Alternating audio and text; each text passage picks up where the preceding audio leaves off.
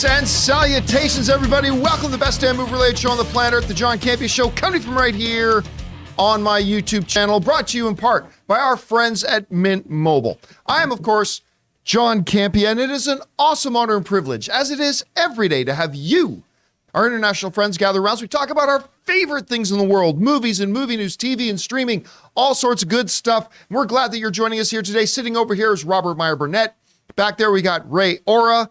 Back there, of course, we got Taylor Gonzalez, and right in front of him is the guy running the show, Jonathan Boyko. Beside him is the delightful Chris Carr. And most importantly, you guys are here. Thanks so much for making this show part of your day. And here's how today's show is going to go. We're going to break it down into two parts. In the first part of the show, we're going to talk about some predetermined topics. Then in the second part of the show, we're going to take your live comments and questions. We don't have an open mic later because we've got our weekly hero. Make sure you guys come back and join us for that. So in the second part of the show, we are going to take your live comments and questions. We're going to open up the super chats when we get to the end of the main topics, and that'll be your time to fire in your thoughts, theories, questions, and opinions. Remember, we only leave the super chats open for just a couple of minutes, so make sure you have those ready to go and get them in, and we'll address just as many as we can. Also, want to remind you guys, a little bit of housekeeping. If you need your daily fix of the John Campea Show, but you're not in front of a YouTube video, good news, simply called the John Campea Show podcast. Just go onto your favorite podcasting app of choice, subscribe to it today, so it'll be there when you need it. Also, let you guys know, just in case you forgot, we have another podcast feed all for our after shows. Right now, it's completely focused on The Last of Us. So make sure you go and find our after show podcast feed. That's where you'll find the audio only streams of our after shows. Once again, we've got Last of Us going right now. We'll have Mandalorian coming up here pretty soon. So thank you to everybody who's subscribed to those already. All right, guys. With that down, let's get into a few off the tops here, shall we? And the first one is this. You know, a father passing on his old baseball glove to his son. A mother taking a precious piece of jewelry that they have and giving it to their daughter. Brother-in-laws giving their passwords to streaming services to their other brother-in-laws. These are rites of passage, you'd almost say, in our Nepo society. passwords. And Nepo Netflix. that's a Nepo password. Hey.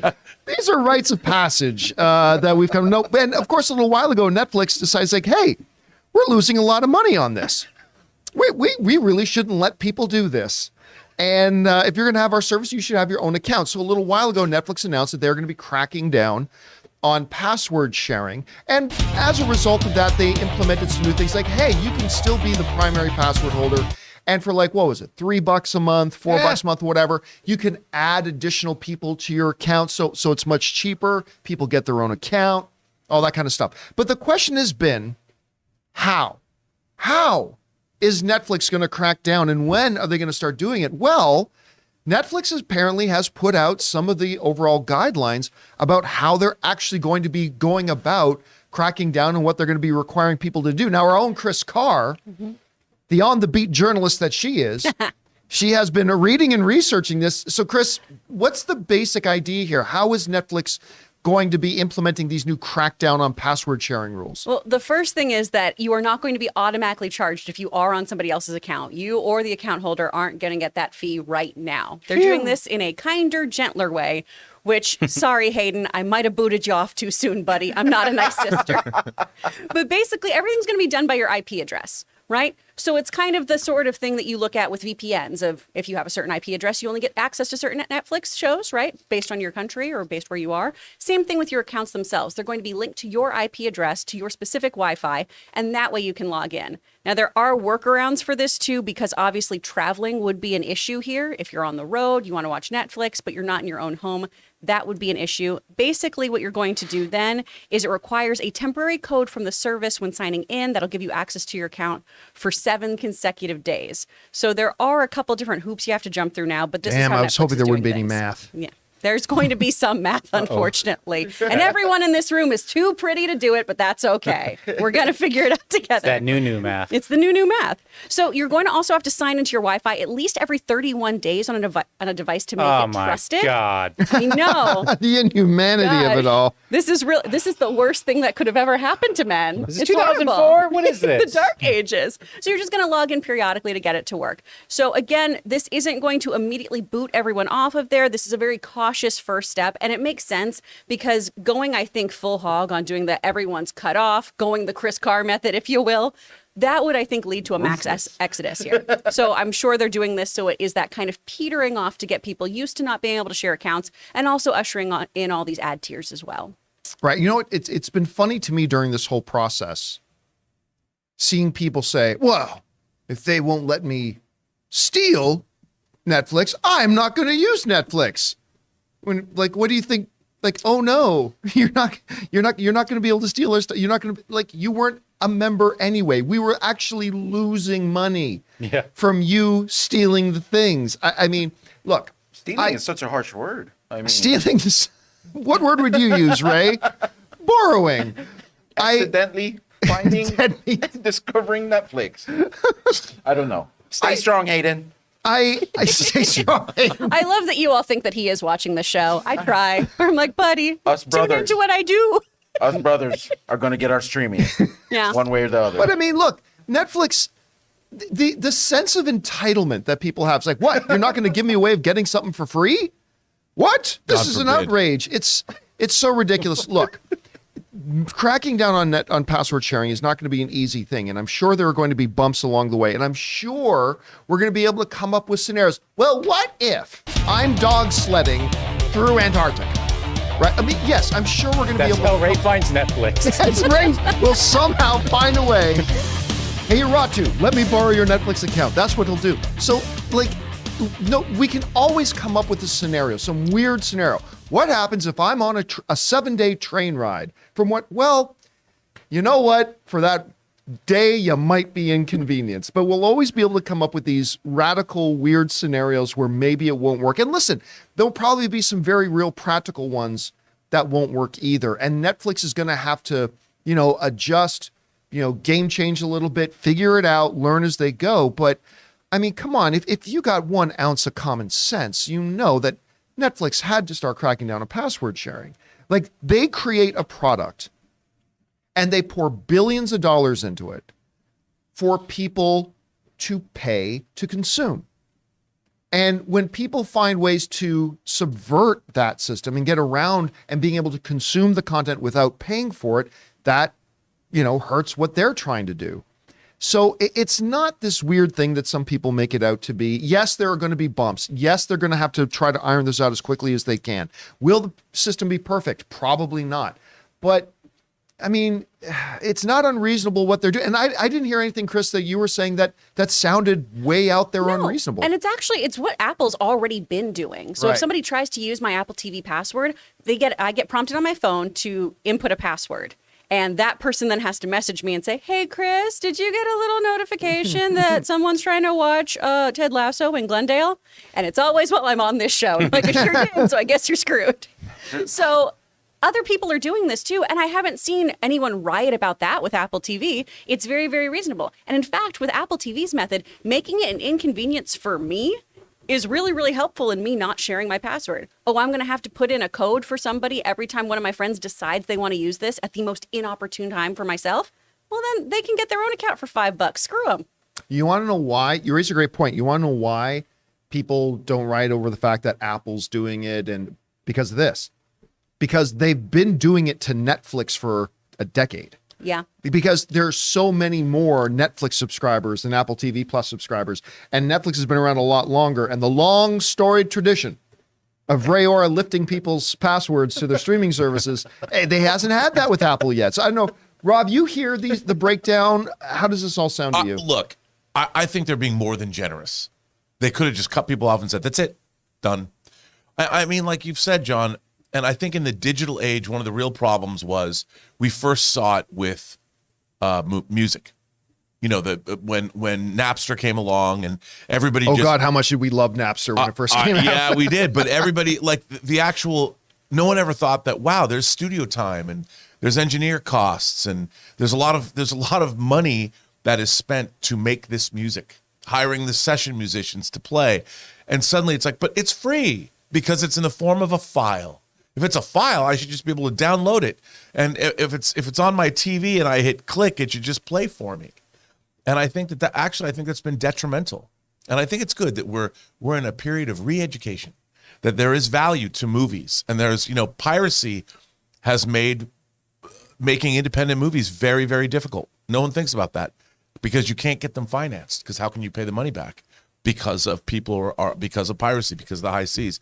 And I think that something like Netflix, it's a small price to pay. How many times have we said, how much is Netflix worth? I mean, 2 drinks with liquor at a bar is what you pay for Netflix a month. And there's thousands of things to watch on Netflix. Well, to your Napster comparison, right?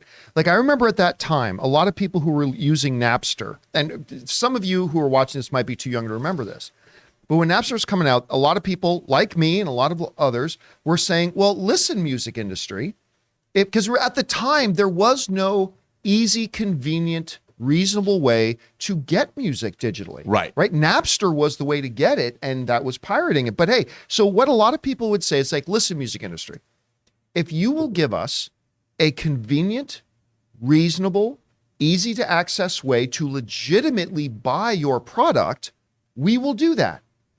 Then along came iTunes. And iTunes implemented, I remember this, that would changed everything. It was actually the thing that started it wasn't the lawsuits. It was iTunes that started the downfall of Napster. Yes. Because iTunes came out and said, okay, 99 cents a song. And all of a sudden people are like, yes, that is reasonable. We will do that. And all of a sudden a lot of people, not everybody, but a lot of people who were using Napster started using iTunes and paying 99 cents for the songs they wanted. Now, take that iTunes example and juxtapose it against what Netflix is doing today. You are paying 99 cents, $1, for a 3-minute piece of entertainment. 3 minutes. You're paying $17 a month for untold hours of entertainment. So, I mean, the scale of bang for your buck as far as digital entertainment per dollar has leaned a lot more towards the consumer these days. Now, look, yes, I get it. But John, if you start adding up the price of all the streaming services, it becomes difficult to afford. I completely agree. But then it becomes like a choice of anything else. Listen, I love all sports cars. I don't really love all sports cars, but if I did, I love all sports cars. But man, I can't afford to have a Maserati and a Ferrari and a Corvette. Well, bitch, then don't own a Maserati and a Corvette and a Ferrari, just like everybody else. I don't know. Well, if you think about, just take the MCU. Think about how much collectively, just look it up. There's 30 movies right now. If you want to add Quantumania, there's 31. Just look at the production budgets of all 31 of those movies and add those production budgets up collectively. How many billions of dollars did it take to make the MCU? How much is that worth to you a month? Just having those 31 movies available to you. Is it worth $5 if you watch them based on how many billions were spent? I mean, if you look at Netflix, if you collectively tried to calculate the hundreds, I would imagine hundreds of billions, if not trillions of dollars, maybe trillions is too much. But in terms of everything collectively that's available on Netflix, how much all that cost, all of that value you're getting for how much a month? Yeah. By the way, you missed an opportunity there to say that in a Dr. Evil voice. Anyway, guys, the question is for you. What do you think about this? We all knew it was going to be challenging for Netflix to implement a way that wasn't too harsh to start cracking down on the password sharing. What do you think about these steps that Chris was talking about? Do they sound reasonable right now? Is it at least a good start? Is it something that needs a lot of work? Whatever you guys think, jump down to the comment section below and let us know your thoughts. All right, guys. With that down, let's go to another off the top here, shall we? And that one is this. You know, one of the movies, we always look forward to some of the bigger popular movies that we enjoy coming out that we can finally watch and see and everything like that. And one of the big movies of this year, made over $800 million in the box office, was Black Panther: Wakanda Forever. And today, Black Panther: Wakanda Forever is now officially on Disney+. If you want to watch Black Panther Wakanda Forever, it is up there right now. Not only Black Panther Wakanda Forever, but Tar, which has been available VOD. Tar, which Cate Blanchett is probably going to win Best Actress at the Academy Awards for, is now up and available on Peacock as well. But the one we're talking about here is Black Panther Wakanda Forever. You know, I need to go back and watch it again because I've seen it twice. All right. And let's first acknowledge the unbelievable hurdles that this movie had to overcome. Because we've gone through it here before, but never in history of Hollywood has a sequel to a movie tried to be done without its main character and without its main star and ever made money or ever made nearly as much as the original. It's never happened before. And with Black Panther Wakanda Forever, obviously we're going into that movie not just without the lead star because of the tragic passing of Chadwick Boseman, but they made the decision and the creative choice to not recast it. And so we were also going into Black Panther without Black Panther. And so that was a really, really tough uphill battle that they had to do. The fact that this movie, with those circumstances, ended up making well north of $800 million. And I get it. I hear a lot of people who don't actually think going, but the first one made 1 point something billion. Yeah, the first one had Black Panther and had Chadwick Boseman in it. Now you're trying to do a sequel without your main star and without your main character. And never in the history of Hollywood has that worked out. And so for this movie to come out and make north of $800 million is pretty impressive. We're probably going to get an Academy Award win out of here for Best Supporting Actress. It's going to get some attention. And listen, a lot of people really like it. I confess, I'm not one of the big fans of this movie. I enjoyed it, but I thought it was a significant downgrade from the original.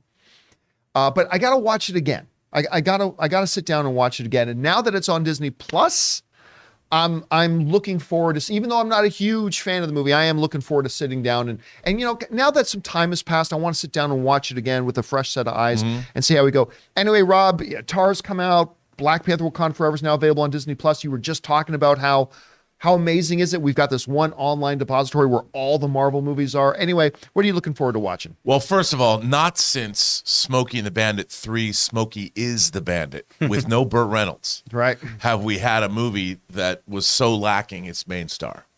But all jokes aside, I think that, and no one laughed, I think that Wakanda Forever. I gave you a.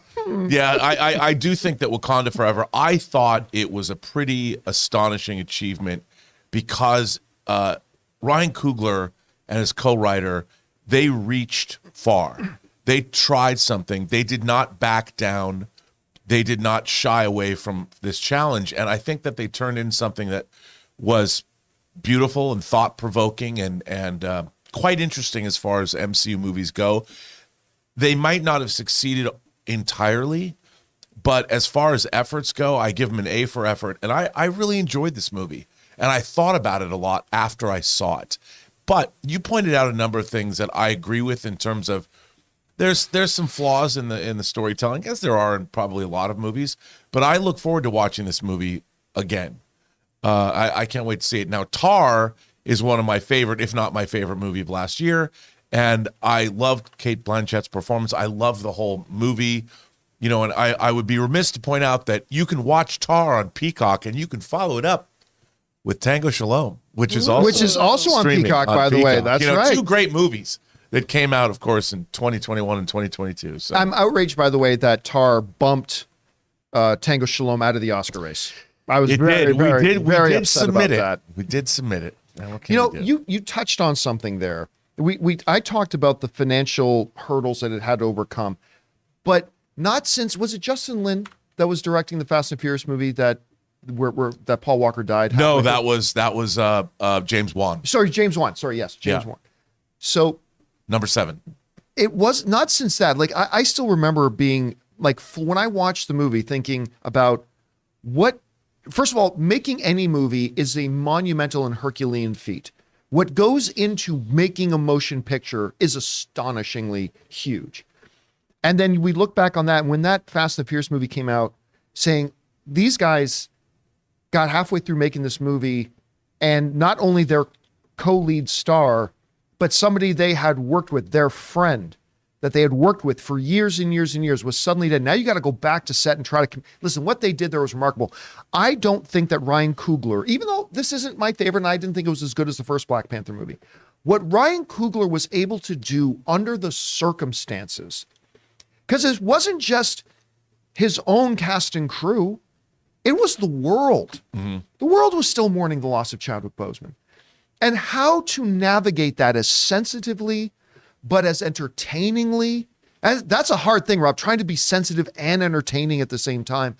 Like, I may not have been the biggest fan of the movie. I don't know many directors breathing today that could have walked into that circumstance and done the job that Ryan Coogler did. Anyway, Chris, Black Panther Wakanda Forever hitting Disney Plus. It is kind of a magical time we live in, because I'm thinking back to those days of Napster. It's like, this is never something we would have got. But that, Tara's out. What are you looking forward to? Oh man, rewatching Black Panther. And it makes sense that it was dropped right now, right? It had 6 Oscar nominations, so it's going to have that little extra push at this time of year for folks to vote and everything. I'm really excited to watch it again because I only saw it the one time in theater, so I'm interested to see how I feel about it now with a little more time removed, because that was a pretty emotional watch for me. I didn't enjoy it as much as the first one, but boy howdy did I bawl at parts of that one, so I'm really interested to see how I feel about it now. And Logan hasn't gotten to see Tar, so I'm really excited to watch that with him. I think he's really, really going to love it, because what a powerful performance. All right, guys, question is for you.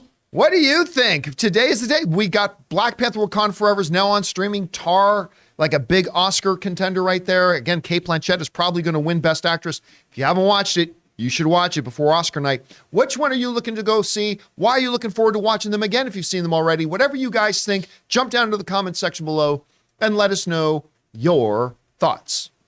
All right, guys. With that down, let's get over to our Mint Mobile hotline question of the day. Ryan Reynolds right now is sitting somewhere in Vancouver with his phone in his hand, just waiting for you to call the Mint Mobile hotline at 951-268-4259. Call it on in, leave your question, and maybe you'll get to hear your voice on the show. Today's question is interesting. Going into Oscar season, it's, should there even be a Best Director category? Check it out. Hey guys, it's Sarah. Okay, I have to be honest. Doesn't it make sense for the Best Director nomination to be included with Best Picture and completely just scrap Best Director? Because I feel like a director has just as much to do, if not more to do, with the final film than even the producers, and I feel like they should share the award. One, it cuts out all of the controversy that often comes around with why wasn't X director nominated. And when you look in the past, the sound nominations were combined, art direction was combined with production design. To me, it might seem weird to remove an award from a director, but I think it makes sense. Would love to hear your opinion. Thanks. No, listen. At first, you hear the question, should they get rid of the Best Director award? And the first reaction is that's a ridiculous thing, because the director is like probably the most important individual involved with the production of the movie. But when you put it in the context of, listen, we always talk about I think we just said on yesterday's show, there is no one person who's more responsible for the final outcome of the movie than the director, right? And if that's the case, why not just kind of wrap that in with Best Movie? And I mean, listen, I've asked out loud on this show before, how on earth does a movie win Best Picture at the Academy Awards and the director, I can get being nominated for Best Picture and the director not getting a nomination, but how does a movie like Argo win Best Picture at the Academy Awards and the director, Ben Affleck at this point, was not nominated for Best Director? When, by the way, side note, Ben Affleck had won every other Best Director award that award season, including the DGA. The Directors Guild of America said, you're the best director this year. And anyway, that's a side point here. But as you guys know I like to do, let me make a sports analogy. It's kind of equivalent in a way, different, but in a way, follow me here, of Coach of the Year in a sports league. Like if a team wins the championship, didn't that coach do the best job that year? Shouldn't the coach just automatically be Coach of the Year if their team won the championship? Well, there's a lot of things to take into consideration. What was the coach working with? You know, did the coach have an all-star team of Hall of Fame players, or did the coach have a mixed bag of some rookies, some people coming off injury, maybe that had a bad year the year before? Hey, maybe they didn't win the championship, but my God, what that coach was able to do with that team was remarkable. I think the Directors Guild of America and a lot of the Academy's directors branch is made up of members of the DGA. We'll often look when talking about Best Director as, listen, maybe there's a movie that wins Best Picture because there's a million different elements that go into it. And maybe there was a director who did the absolute best job with what they had. There are some movies we look at that feel like this movie was all performance or all script or all this. And there are some movies we look at and say that was all direction. And so while I think it makes sense to ask the question, hey, should we just roll in Best Director with Best Motion Picture? And while absolutely the director is the most important person on that set, I would still say because there are so many moving pieces, because there are so many elements that go into make the totality of what a film ultimately is, I think it still does make sense to have a separate, real solid sense to still have a separate award for Best Director. By the way, Sarah brought up the comparison to producer. The thing about the producer, the real producer, not the 45 other people who have co-producer, this producer, that producer, who maybe sat in on a meeting or two, but the real producer of a movie. By the way, you want to know what a real producer does? Watch The Offer on Paramount Plus. You want to see what a producer does? Go watch that. But the true producer of a film, the one who actually gets the idea for the movie, gets the script together, like commissions, picks out who's going to be whatever.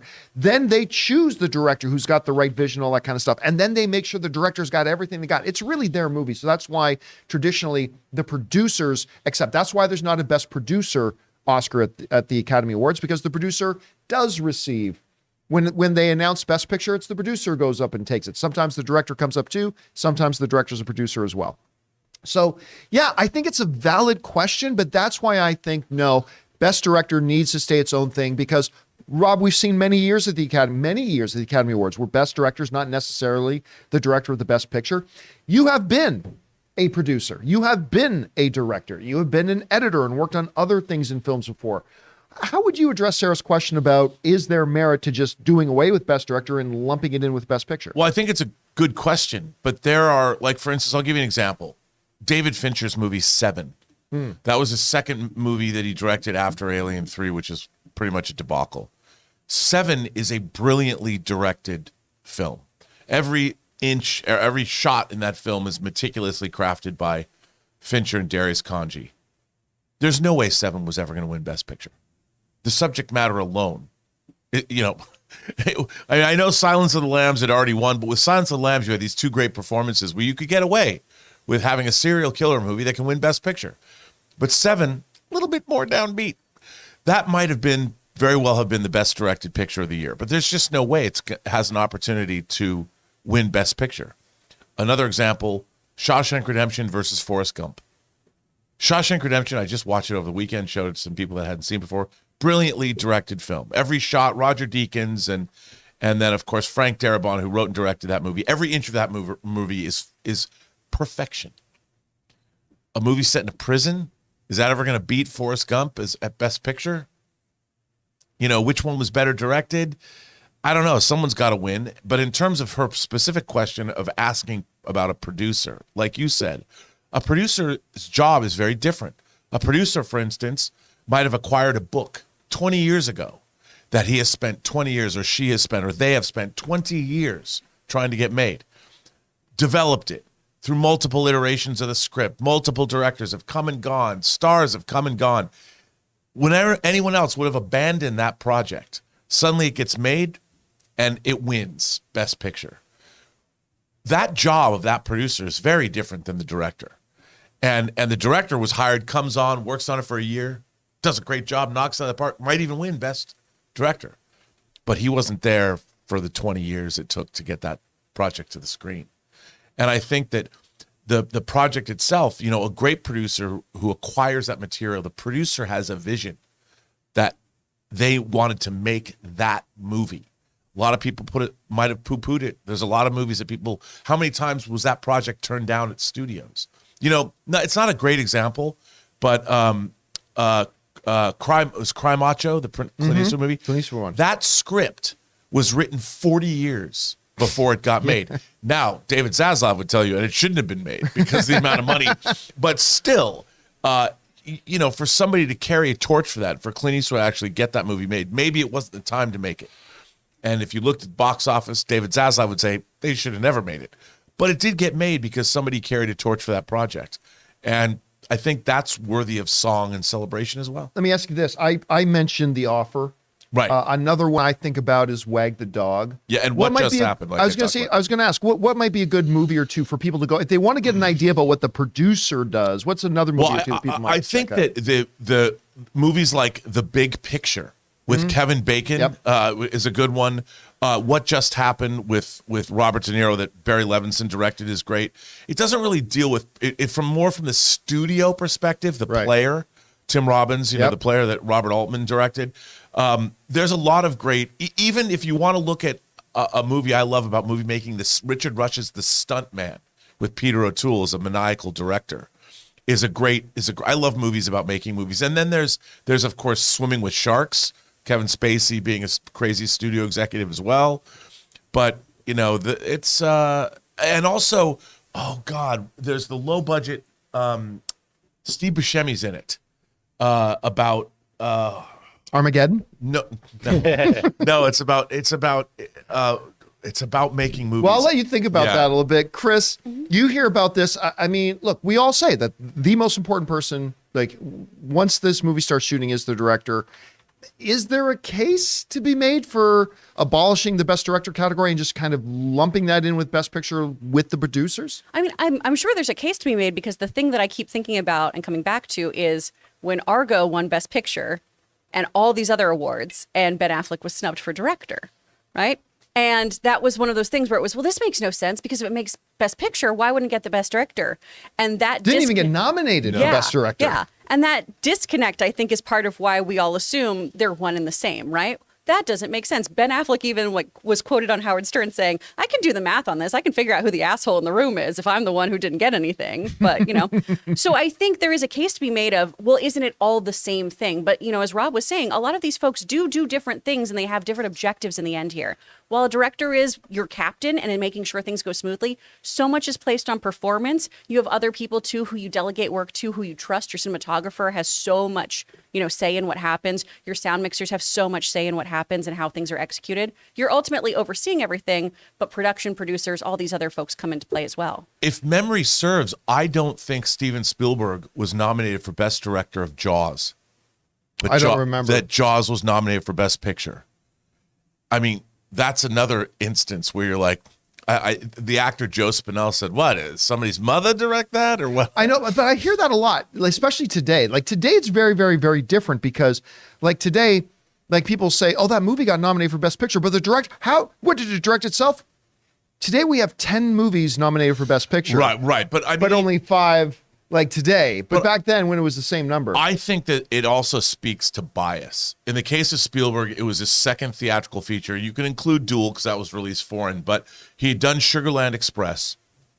Jaws was a movie that was troubled. He was a kid.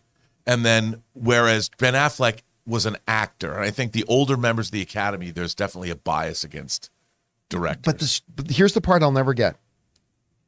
Because as we know, it is the director's branch that puts up the nominations. Mm-hmm.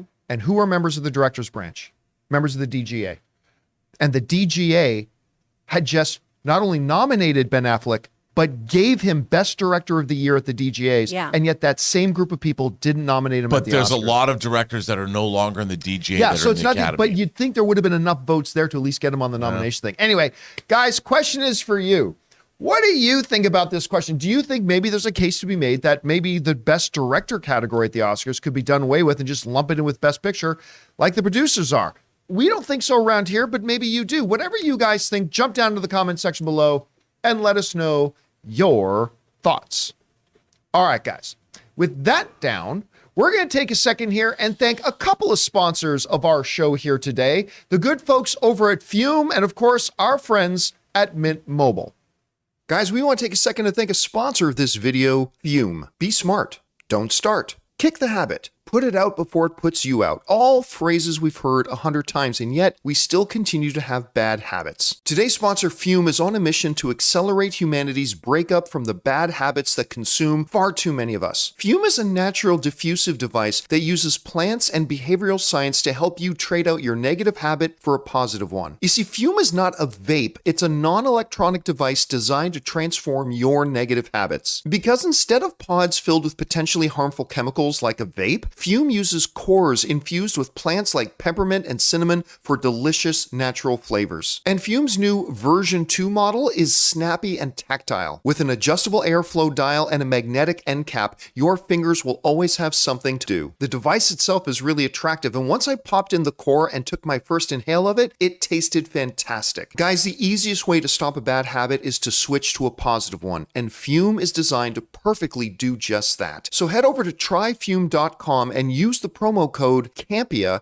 to save 10% off when you get the Journey Pack today. The Journey Pack comes with 3 unique flavors and the new version 2 Fume to help kickstart your positive habits. That's tryfume, tryfum.com, and use the code CAMPEA to save an additional 10% off of your order today. Guys, we want to thank a sponsor of this video, Mint Mobile. If saving more and spending less is one of your top goals for 2023, why are you still paying insane amounts of money every month for your phone bill? Switching to Mint Mobile is the easiest way to save money this year. As the first company to sell premium wireless service online only, Mint Mobile lets you order from home and save a ton, with phone plans starting at just $15 a month. Guys, I have told you before that when I was on one of the major phone carriers, I was spending literally 3 times as much every month, and switching to Mint Mobile couldn't have been easier. So for people just looking to save some extra money this year, Mint Mobile offers premium wireless for just $15 a month. All plans come with unlimited talk and text plus high-speed data delivered on the nation's largest 5G network. You can use your own phone with any Mint Mobile plan and switch easily in just minutes with eSIM. To get your new wireless plan for just $15 a month and get the plan shipped to your door for free, go to mintmobile.com/Campea. That's mintmobile.com/Campea. Cut your wireless bill to just $15 a month at mintmobile.com/Campea. And thank you to our friends at Fume and, of course, Mint Mobile for sponsoring this episode of the John Campea Show. All right, guys, with that down, let's get into our main topics here today, shall we? And how do we select our main topics on the John Campea Show? Well, you guys know, you guys come up with our main topics. Whenever you come across a huge topic, issue, or story that you guys feel we got to cover as a main topic on the show, just go anytime 24/7 over to www.thejohncampeashow.com/contact. Once you guys get there, you'll see a form. Fill it out with your topic or question. It's absolutely free. Hit submit, and then maybe, just maybe, you might see your submission featured as a main topic here on the John Campea Show. With that down, Chris, what is our first main topic today? Our first topic comes from Baker V. I know that winning Academy Awards can lead to bigger revenue for movie producers, but I guess even just getting nominations can do that too. Did you see that after being on iTunes and other streaming services, Everything Everywhere All at Once has jumped all the way up to the number 4 spot and even increased its price for rental and purchase? They're saying it's never really been done before. Why do you think this movie is getting so much more of a boost from their nominations than other films?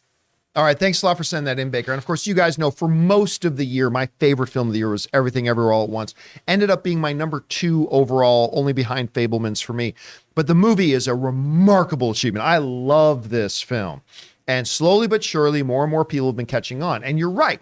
The reason that a lot of studios and whatever will put a lot of money into like Oscar and awards campaigns is because a nomination and some wins can actually turn into dollars if you get it.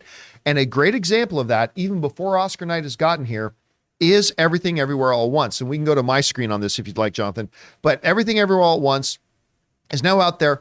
And it has been out. Here's the thing. It's been out and available on VOD for 7 months. It's been out and available for people to watch for 7 months. And as is the case, after time and time, the price comes down on it. You know, it's as all of them do. They come out being, you got to pay $19.99 to get it, right? Then it goes down like $7.99, then $5.99, then $3.99. But what has happened here is Everything All Everywhere All at Once did 2 things. Number 1, it jumped up huge on the charts with all the nominations. And number 2, as we're going to go down and take a look at here, They actually increased their prices. We'll go down to the Google Play list here. They increased their prices back up to $19.99. Now, IndieWire is saying this is unprecedented. They haven't seen this happen before. And while they took it, I think it was down to $5.99 or something like that, they boost the price back up and it's still climbed. Look at the only films in front of it. Top Gun Maverick, which is only $4.99. Puss in Boots, which is relatively a new release in 1999, and Megan, which is a new release at 1999. And then you've got Everything Everywhere All at Once. And even after it, it's a $3.99 for The Menu, a $3.99 for Knives Out, a $5.99, even though Knives Out is on Netflix, $5.99 for Black Panther, $5.99 for Tar. Everything Everywhere All at Once goes up to $19.99 and still climbs the chart. As we go up and look at the iTunes listing, it's in at number 6 right now. Again, the only other films at $19.99 that it trails on the iTunes listing is Megan and Puss in Boots, which are in its opening window. They're just relatively new to the whole platform. That's remarkable. So the question they ask is, why is Everything Everywhere All at Once, which not even a ton of people saw in theaters? I mean, it's the biggest box office hit for A24 ever. But for A24 is a very low standard when it comes to box office numbers. It made like $100 million, something like that, at the box office. Why is this one? Because nobody saw it in theaters. That's why. Because nobody saw this thing when it was actually in theater. I mean, obviously some people did, made $100 million. But compared to other movies that are making 400, 500, 800, $1 billion, this thing made a finite amount of money, which means not a lot of people saw it, but the word of mouth has been going around. And I think probably for a lot of people, wait a minute, what's this movie, Everything Everywhere All at Once? It's got like, what was it, 11 nominations? It led the pack with most nominations at the Academy Awards, with 11 nominations, including Best Picture, and it's considered one of the front runners to win. Michelle Yeoh, I mean, it's going to go to Cate Blanchett, but Michelle Yeoh is considered one of the other major front runners to win that as well. Ke Kwan has been winning all the awards for Best Supporting Actor everywhere he turns. I mean, so I think it's a mixture of the fact that it got so many award nominations, combined with the fact that so few people had actually seen it before, that it is really elevated, and word of mouth. So I think when you combine those three things, you get the perfect storm. And that's why you're seeing this movie that has already been out for 7 months on VOD can triple its price and still climb way high up on the charts. It's kind of remarkable. Anyway, Chris, you see this. Why do you think this movie's been able to be so successful on VOD? I mean, no one will shut up about it. We all love this movie. For the most part, I think everyone really, really loves this movie. And for anyone who was on the fence, too, after getting all these accolades, seeing all these awards being consistently won by this team, getting these Oscar nominations and everything, if you hadn't seen this yet, and now it's on VOD, you're going to do it because you want to be able to have that water cooler moment. You want to be part of the zeitgeist. So I think it's really smart of them to crank up that price, right? You're creating a scarcity in the market sometimes, right? You got to up those prices to get people to buy things. I like it. Rob, what do you make of this? Same thing. I mean, I think it's great that it ain't show friends, it's show business. And if you've got a product that suddenly is increased in value, you know what it is? You've got a commodity that in a way you could call it scarce, even though this isn't scarce because it's available online. But it was also a movie that people just didn't know about. Most people had never heard of it. Not only had they not seen it, they'd never heard of it. And now suddenly they're hearing about it and their friends are talking about it. Crank up, cash in.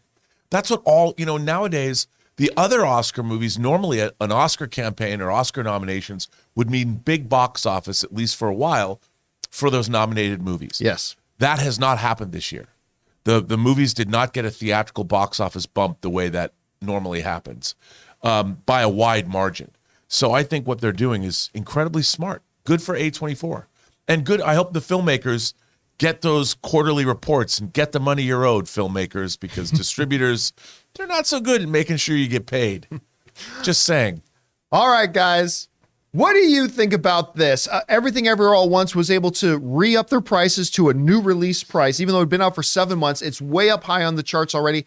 Were you one of those people that saw the Oscar nominations and said, you know what, I better check this damn thing out? Whatever you guys think, jump down into the comment section below and leave your thoughts there. All right, guys. With that down, let's move into main topic number 2. Chris, what is our second main topic today? Our second topic comes from Angela. It looks like after doing their little evaluation, the Academy has determined that Andrea Riseborough is going to get to keep her Oscar nomination. Apparently, no real rules were broken, and the only real points of concern were how some people worded some tweets. Did you see Mark Maron blast the Academy for even looking into saying they're just upset their multi-million-dollar campaign industry was being threatened? Anyway, what do you make of all this? Did they end up at the right outcome? All right. Thanks a lot for saying that in, Angela.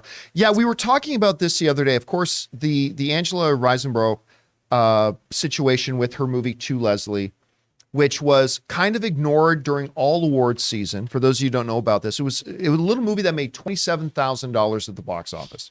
Not $27 million, $27,000 at the box office. So it was, nobody had seen it. Even people in the awards industry never saw it. So it was completely ignored throughout awards season. Now, heading into the days of the actual Oscar nomination processes, a bunch of actors, including Cate Blanchett, who won the Critics' Choice Award, and during her Critics' Choice Awards acceptance speech, shouted out Angela's performance into Leslie. And then you had a bunch of other people getting on because suddenly people started saying, oh my God, everybody's got to see, you got to see this. You got to watch this. It didn't have the money for a big Oscar campaign push. It wasn't able to spend millions of dollars for billboards on Sunset Boulevard and sending out mailers and all that kind of stuff. They just had a bunch of people who were really excited and loved the performance, decided to get on social media and talk about it. Now, it was unorthodox. And there were even a couple of little rules. Rob, I was asking you the name of the, and maybe you can look this up just to double check here, the name of the actress who played the mother, Rose's mother. Frances Fisher. Frances Fisher, right? So like one of the points of concern is like a Frances Fisher, you're not supposed to, in any of your campaigning, you're not supposed to mention the names of other contenders. It's a good rule. It's a good rule because you don't want to create, negative ads. You don't want to go, don't vote for Angela Lansbury. She's a bitch. Like you don't want anybody, doing stuff like that. That's not what you want the atmosphere of the Academy Awards to be. But, this actress who was not connected to the movie said, hey guys, yeah, Kate's great. Whatever's great. This person's great. Michelle's great. But hey, Angela really deserves your attention and your vote and stuff like that. Shouldn't have wrote that, but whatever, they did. So the Academy decided to sit down and look at the situation, and they put out their results yesterday. And I'm going to read off here what they said their results were. They said the following. Based on concerns that surfaced last week around the To Leslie Awards campaign, and let's go to my screen for this. Based on concerns surfaced last week around the To Leslie Awards campaign, the Academy began to review into the film's campaigning tactics. The Academy has determined that the activity in question does not rise to the level of the film's nomination being rescinded. However, we did discover social media and outreach campaigning tactics that cause concern. These tactics are being addressed with the responsible parties directly. There's a couple of individuals involved there. The purpose of the Academy's campaign regulations is to ensure a fair and ethical awards process. These are core values of the Academy. Given this review, it is apparent that components of the regulations must be clarified to help create a better framework for respectful, inclusive, and unbiased campaigning. These changes will be made after this year's Academy Awards cycle and will be shared with our membership. Okay, so basically this. Like we talked about the other day, the Academy sat down, looked at the situation, they reviewed it and say, yeah, a couple people did a couple things here and there, but it doesn't amount to, oh, this person's doesn't deserve an Academy Award nomination, and it certainly doesn't rise to the level of this person should have their nomination rescinded. What they did say, which we said they would do, Rob, what they did say was, listen, in this new digital, we got to review some of the rules. We got to clarify what the rules are, because what a couple people didn't really violate the letter of what we were talking about. So we need to clarify that in the new social media era, all that kind of stuff. All right. So this is the thing to me. Again, I had no, horse in this race because I hadn't seen To Leslie until the night of Last of Us. After I watched The Last of Us a couple times, put on To Leslie and I watched it. And look, I don't know what to tell you except she deserves that nomination. And if I were an Oscar voter right now, my number one vote would be Cate Blanchett for Tar. My number two vote would be Angela Riseborough. Right. That would be my number two vote. Like, she deserves that spot. And I know there has been, and there always is every year, like when certain people get nominations, that means other people don't. So there's been a lot of questions about Danielle, about Viola not getting their nominations and stuff like that. But I would contend, after watching Angela's performance, and that it is absolutely one of the top three. It's Andrea. What did I say? Did I just say Angela? Yeah. I was thinking of Angela, and Angela is still in my brain. Andrea's in the top three. Like, to me, I don't think there's much. I think anybody who's watched this movie, I think most people, it's all subjective. Everybody's going to have different opinions. But I honestly think most people who have actually watched this movie are going to say she's actually a top three. And if there are people who maybe got bumped out, then it wasn't Andrea who bumped them out. It was Michelle Williams bumped them out. It was Michelle Yeoh that bumped them out. It was Ana de Armas who bumped them out. It wasn't Andrea, because Andrea absolutely 100% deserved that nomination. Now, you brought up the thing about Marc Maron. Marc Maron, who, by the way, has a little bit of skin in the game, because Marc Maron is also really great in this movie. Yes. He plays this like hotel guy who befriends her, but Marc Maron is in the movie with her. Okay. So understand that he does have a little bit of skin in the game, but he was right pissed that they even looked at this, because he's like, what? Because this threatens your multi-million-dollar campaign industry. This is what Marc Maron said here. That's a great picture of him, by the way. Marc Maron expressed similar sentiments on his popular podcast. He's got like 55 million listeners on his podcast, by the way. Several of those folks and others have questioned the Academy's review of Riseborough's nomination during the past week. Apparently, the Academy of Motion Pictures Sciences, or whatever the fuck it's called, has decided to investigate Andrea Riseborough's grassroots campaign to get her the Oscar nomination, because I guess it threatens their system where they're completely bought out by corporate interests in the form of studios. Now, I want to make very clear, I do not agree with Maron on that. I don't believe that's what campaigning does. It's still up to individuals to decide what they thought was the best, and they vote. You can campaign all you want to me. All you're going to do is make me aware. But at the end of the day, I'm still going to say what I think is the best. So I don't necessarily agree with Maron there, but a lot of people, there was backlash at first, then there was backlash to the backlash. Look, you're asking me, did they ultimately come to the right the right outcome? Look, all I care about is, did the best performances get acknowledged? And I can't speak for the other 3 or 4 slots on the ballot, but I know for this particular actress, for this particular year and this particular movie, yeah, the right outcome came about, because she deserved the nomination. I have no doubt about that. Anyway, Chris, we've been following this situation a bit. You, of course, unlike anybody else in this room, you have been a part of awards bodies. You've been on nominating committees and things like that. Did they come to the right conclusion here? And how do you think things might change moving forward? Full disclosure, I still need to see this film, but I think that this makes sense. You know, ultimately, some things on Instagram basically are what threw everyone into a tizzy. And yes, this person had not been brought up before in other campaigns, but some of those other campaigns also have very flawed nominating kind of viewpoints, I guess is a way to put it. A lot of people always do the joke, right? If you can buy a Golden Globe and then you earn an Oscar. I don't know if that's still the case. I don't know if that's how people still feel. But I think campaigning has always been a big part of award season. And how you campaign really doesn't matter, grassroots or otherwise. As long as you turned in a strong performance, that's really what matters here. Am I still a little concerned about why, Danielle Detweiler didn't get nominated? A little bit. But again, I need to watch this performance so I can have a better, opinion on this, a more informed one. Rob, what do you think? Well, here's the thing. There's a truism that in Hollywood, when you're young, when I was interacting with a lot of actresses in my 20s, I heard a lot from actresses. I went up for that part. I could have been better. And then as you get older, actresses change. Actresses are like, I would never have been as good as that she was in that performance. That's just people getting older and more mature. In the case of this movie, it was a bunch of people that saw this film and said, no one's seen this movie. It wasn't like, I don't think that there was some coordinated effort the way, say, Harvey Weinstein used to use Miramax and throw his power around and wield it to get nominations and to win. I honestly think this was, and if you look at the people that actually tweeted and put on Instagram, it was all admiration. It was like you saw this movie. The problem was no one saw this movie. No one even knew what it was. And people, I think, were standing up because low-budget indie films so often are overlooked by the Academy. And she delivered a performance for the ages. And you know what? You had other actresses that admired what she did that said, this was great. They weren't taking anything away from anybody else. They were just saying what they thought based on the admiration for their craft.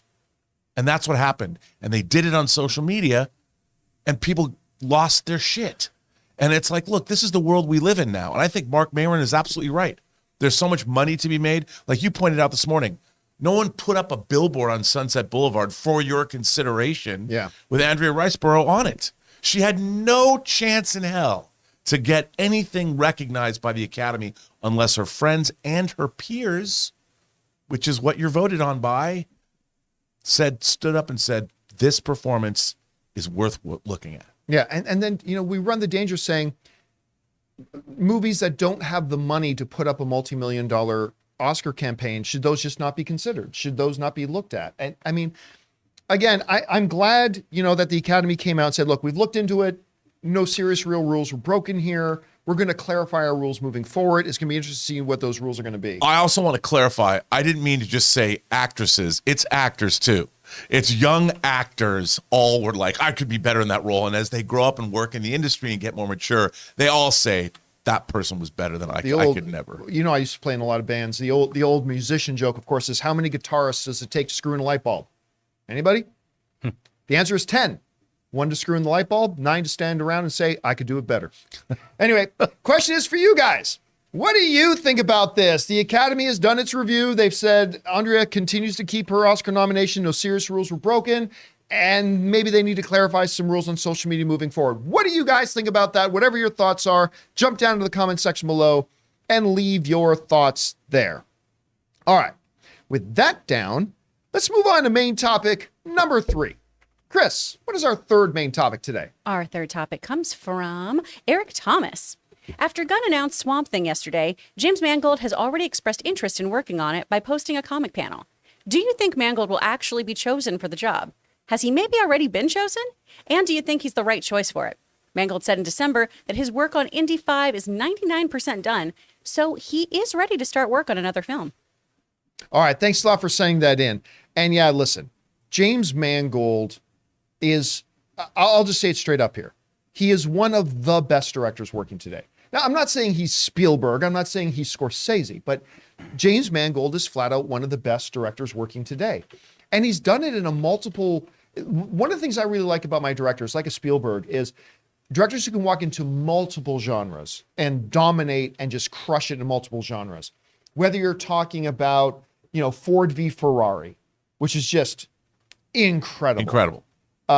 Whether you're talking about obviously one of the greatest comic book films of all time in Logan. I think that's the top 3 greatest comic book movie ever made of all time. He's now doing Indiana Jones, and I'll put money on the fact that he's probably going to crush it as the director. I think he's probably going to crush Indiana Jones. I really do. I think he's going to do great at that. So the question becomes, who's directing this Swamp Thing thing? James Gunn put out the announcement yesterday about all these upcoming movies, and a big one of them is, of course, Swamp Thing. That's gotten a lot of people excited about. Well, James Mangold, while they announced no actual director yet, James Mangold got on social media, and if you scroll down there a bit, Jonathan, I got it here. All he did was he simply tweeted out a picture of Swamp Thing. And that was it. And it got everybody. With a quote. I mean, it's part of that panel. Oh, yeah, from the panel. And do you remember what the panel said? I didn't. Not verbatim, but I couldn't remember. I was too small. Reading. I didn't read it. So he put that out. And now, further to that, Deadline has reported that they have heard that James Mangold is in talks to direct Swamp Thing. The director of, I think, one of the best modern, I think the best Western post Unforgiven, 3:10 to Yuma. He directed a tremendously underrated Tom Cruise movie in Night and Day. I loved Logan. Ford v. Ferrari is fantastic. Walk the Line is one of the best musical biopics of all time. Girl Interrupted won Academy Awards. Copland gave Stallone one of his best performances. I think that is Stallone's most underrated movie. He directed that. This is the guy. And for him to be excited, the guy who directed Logan and all these other wide variety of films, to be able to come up and say, I want to do Swamp Thing, and is posting social media about it. Rob, the first guy I thought about this morning when I saw this was you. I know you're super excited about a Swamp Thing. How do you feel then about as somebody who's excited about Swamp Thing, how do you feel about the possibility of James Mangold directing? Well, first of all, I thought it was going to be, James Wan would direct it, but it makes sense to me. Here's what we are going to have fun with as fans. No one understands the uses of social media at the studio level better than James Gunn does. Whenever something like this comes out, if a guy like James Mangold is tweeting a picture of Swamp Thing, he's not saying, "Oh, look at me, I would love to have that job." This is already something that's way down the line. They've been having so much fun leading up to this announcement yesterday. James Gunn posting pictures of himself reading Superman comics, at the breakfast table. They know exactly what they're doing. And I think the fact that there was a Deadline story saying James Mangold is, remember now, it's not his next movie. His next movie is his Dylan biopic. I think Timothée Chalamet is playing Bob Dylan. But remember that the first one of these DC movies ain't coming out till 2025.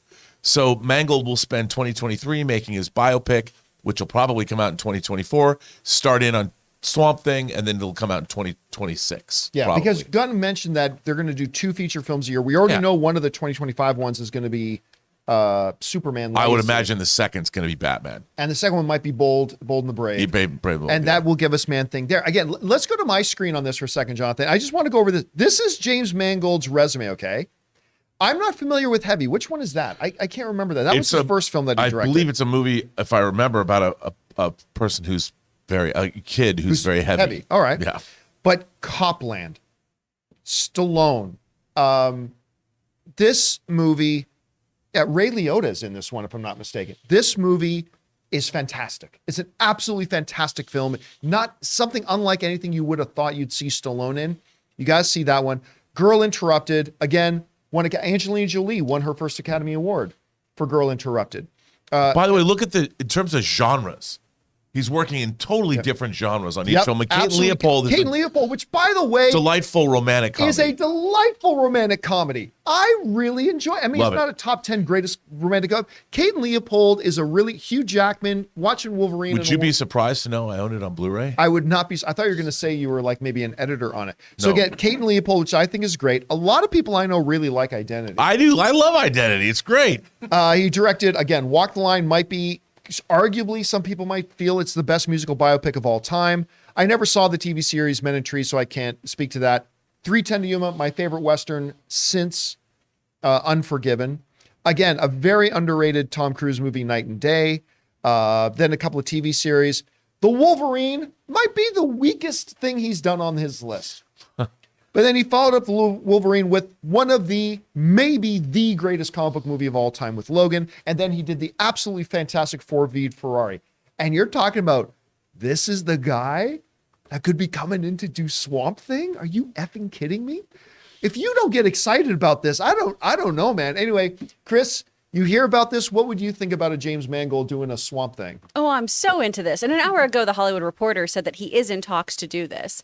But if it is that whole origin story, I think James Mangold could do excellent work with this because it is a gritty, horrifying story. A man is shot, he's murdered, he becomes one with the swamp and the vines take over him and are imbued with his memory. Like, that's fun. It's the upside of the cordyceps. I was going to say, he's the origin of the cordyceps virus in Last of Us. They're going to tie it in. This is the crossover we need. I think he'd do such a cool job with this. And, he gets great performances out of people, too. I know we're talking about Swamp Thing, but this really is a really potentially cool character study as well. Alec is a really, really fascinating character who goes through a lot, and the tie-ins too to the greater DCU are so tremendous, bringing in Constantine and everything as well, bringing in the Dark Justice League. I think he's somebody who could really harbor in something awesome here. All right, guys. Question is for you. What do you think about this? One of the most established directors out there today, one of the most exciting directors, don't forget he's got Indiana Jones coming out, is circling to do Swamp Thing. It's not a lock, but again, Deadline, Hollywood Reporter, others are saying he is actually in talks. He's posting pictures about it on social media, which means it's more than just an idea. He's one of the best directors out there right now. How do you feel about that? Maybe you were thinking they should have gone like with a horror director, but as Kevin Feige once told me, good storyteller's a good storyteller. Whatever you guys think about this, jump down to the comments section below and leave your thoughts there. All right, guys. With that down, let's move on to main topic number 4. Chris, what is our fourth main topic today? Our fourth topic comes from Nate Evans. I saw Will Smith surprised Martin Lawrence with an announcement of Bad Boys 4. Since Bad Boys 3 was the highest grossing movie of its year, do you think Bad Boys 4 will accomplish something similar, or will Will Smith's slap hurt the franchise's momentum? All right, thanks a lot for sending that in. You know what? I admit it. I'm not a huge Bad Boys guy. I liked the first couple of ones. Well, what you gonna do, dude? Yeah, I liked them. The recent one though, that came out during the pandemic and everything, that was really charming. It was good. Man, that scene, I laughed. It was tender, and yet I laughed out loud so bad when Will Smith's in the hospital, and he's in his coma, and Martin Lawrence is there coloring his beard for him and all that kind of.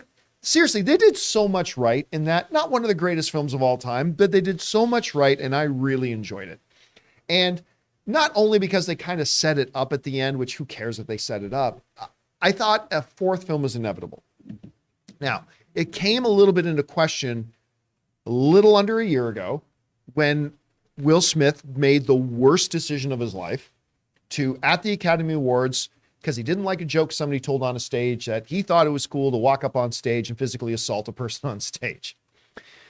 Bad mistake. It could have been worse, but bad mistake. And it lost him a couple of projects. And one of the projects that was then in question was, will the studio still want to go ahead with another Bad Boys? Now, I think it was Rothman who said, yeah, listen, we're absolutely going to do another Bad Boys at some point. 100% we're going to. And now it is. And we can go over to either my screen or your screen there, Jonathan. So Will Smith got on social media. They made this little video announcing that a new Bad Boys. He drives to Martin Lawrence's house and they talk about it. They kind of make a joke, but it's true. They said, man, we really messed up on naming the last one, because the last one was Bad Boys 3, but it was named Bad Boys for Life. He goes, that totally should have been the name of this movie. So they were right about that. And it was this very jovial, loose, free, happy kind of an announcement, all that kind of stuff. And listen, I will tell you right now, I'm looking forward to it because I really like the last film. And I'm still a big fan. I hate what he did. But I'm still a big fan of Will Smith. So, I love watching him on screen. I do. I'm not going to lie, though. The lighthearted, fun kind of nature of it. And listen, maybe it's just me. Look, I'm acknowledging it very well could just be just me. It felt a little out of place. It's been less than a year since the slap incident.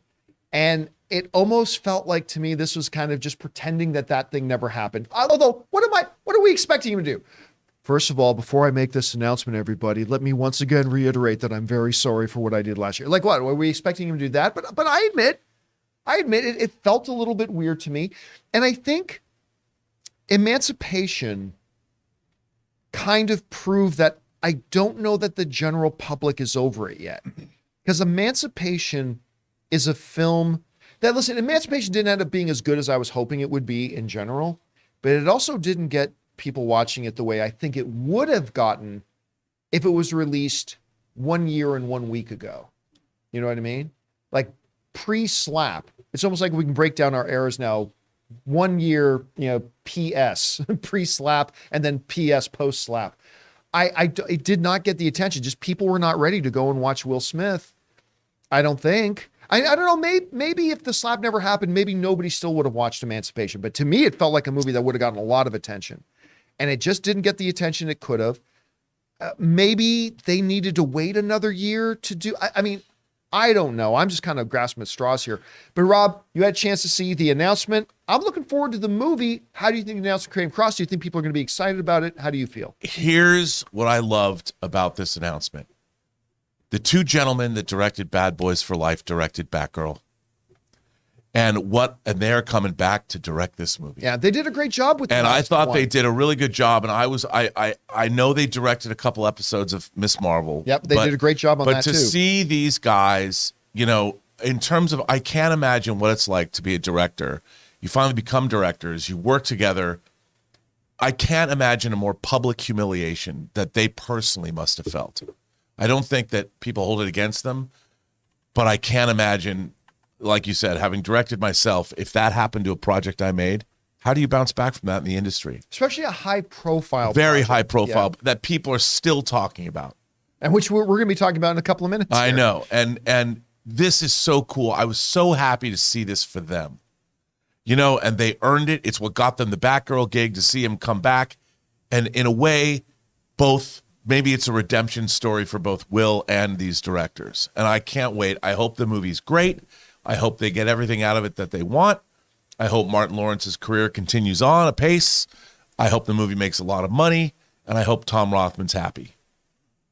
Anyway, Chris, you saw the announcement. I thought the last movie was really good. I'm excited about watching the movie, regardless of anything else. What do you think about this? I haven't seen a bad boy movie. Really? No, I haven't seen any of them. But if they're bad boys for life, I mean, I don't know. Isn't his behavior just okay? I'm not sure. I'm not sure what to make of any of this. I think the movie-going audience, you know, your common moviegoer, they all still do have their own opinions on this. They were still making jokes at the Oscars about the slap, so I don't think anyone's over it. You know, some people are saying to move on. Other people are making light of it. Some people in the chat here too are saying, hey, he assaulted somebody. That's not something I'm going to forget easily. It's always going to be a thing. It's just going to be a thing in his career. And whether That's why you he's a are bad boy. Yeah, that's whether you forgive him for what he did, do not support what he did, think he was justified for what he did. You're completely entitled to your own opinion. I'm wondering how it's going to affect his box office moving forward. But if studios believe in him and are banking on, you know, doing these sequel productions with him, I think maybe they think that the general moving-going audience, at least, or the Bad Boys audience, will go, hey, I'll go see him do that. Well, look, there's also a case to be made here for this, too. Remember, this movie is not going to come out tomorrow. Right. This movie's probably a year away from coming out. They're probably, if they're announcing it now, they're probably going into production pretty soon. And maybe one could make an argument, you know, the project to help people get over something, let's face it, it's heavy. When an individual decides to, what's supposed to be a public safe space, walk up on stage and physically hit somebody else, maybe a movie like Emancipation isn't the movie that's going to help people move past it. Right. Maybe a movie like Bad Boys is the kind of movie that can help people. And again, it's going to be another year away. I have to speak, though, directly to Chris about this. Yeah? First of all, the first Bad Boys is a lot of fun. Yes, it is. But Bad Boys 2 is one of the most ridiculously, gloriously over-the-top action extravaganzas. It's Michael Bay. People say that Armageddon is their Michael Bay guilty pleasure. Mm-hmm. I love Armageddon. I don't consider it a guilty pleasure. Bad Boys 2. If you want to talk about a Michael Bay guilty pleasure, there is nothing you can point to more than Bad Boys 2 and go, I can't even believe what they did in this movie. It is so gloriously over the top. My only frame of reference for it is how much they love it in Hot Fuzz, and that's enough for me. Like I should see this film. I believe Andy has impeccable taste. It's another movie everybody should see. Or Is it's Hot not Fuzz. Andy's. Oh, Shoot. yeah. Okay, I'm going to throw some out there. Maybe everybody will disagree. I think there was a missed opportunity in this announcement. I think they should have employed a Tom Cruise kind of marketing approach here. Because, like, when Tom Cruise's popularity was slipping a number of years ago, along came Tropic Thunder. And he decided to go whole hog into this wild, one of the best characters we've seen in movies in a long time. Les Grossman. They still need to make a Les Grossman movie. I think there might have been an opportunity here. And I don't know, maybe it would have been really badly received, and maybe this is why I'm not in PR. But if when he showed up at Martin Lawrence's house and Lawrence said something disparaging to him and Will goes like that and then didn't, I don't know. I think maybe that if he could have made a joke out of it himself and made a joke at his own expense of it, I don't know. I think maybe there might have been an opportunity there for that. I mean, they could have done it with the directors too. Like they're walking off the Warner lot going, you know, F those guys. And Will Smith could have like pulled up in a car. Hey guys, you want a job? And then got to Martin Lawrence's house. I don't know. Maybe it would have backfired. I don't know. Guys, question is for you. What do you think about this? Are you a fan of the Bad Boys franchise? What did you think about the most recent one? I'll be honest with you. It's actually my favorite one of the franchise. The directors of the last one are coming back.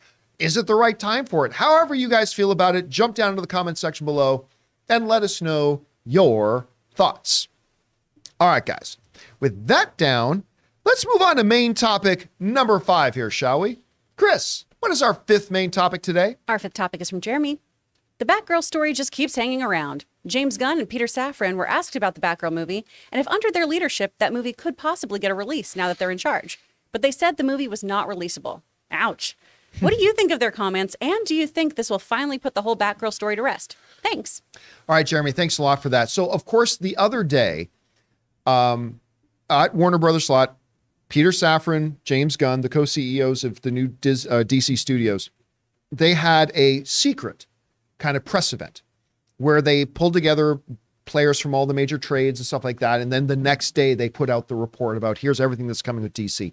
Now, apparently at that event, Peter Safran and James Gunn, because they are the new sheriffs in town, and Batgirl was canceled not on their watch, somebody reasonably asked them the question, hey, now that you guys are the ones in charge, is there any chance you guys might want to look at, giving Batgirl a release?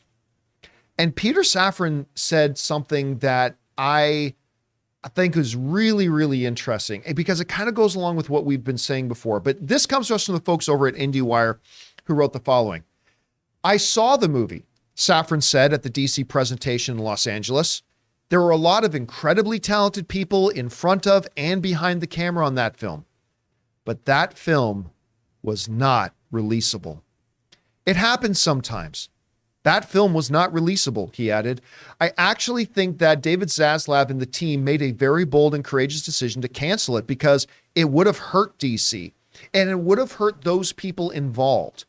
I think they really stood up to support DC, the characters, the story, and the quality and all that. And that, of course, comes from Peter Safran, who is now the new co-CEO with James Gunn over at DC when James Gunn and Peter were asked about the future of this.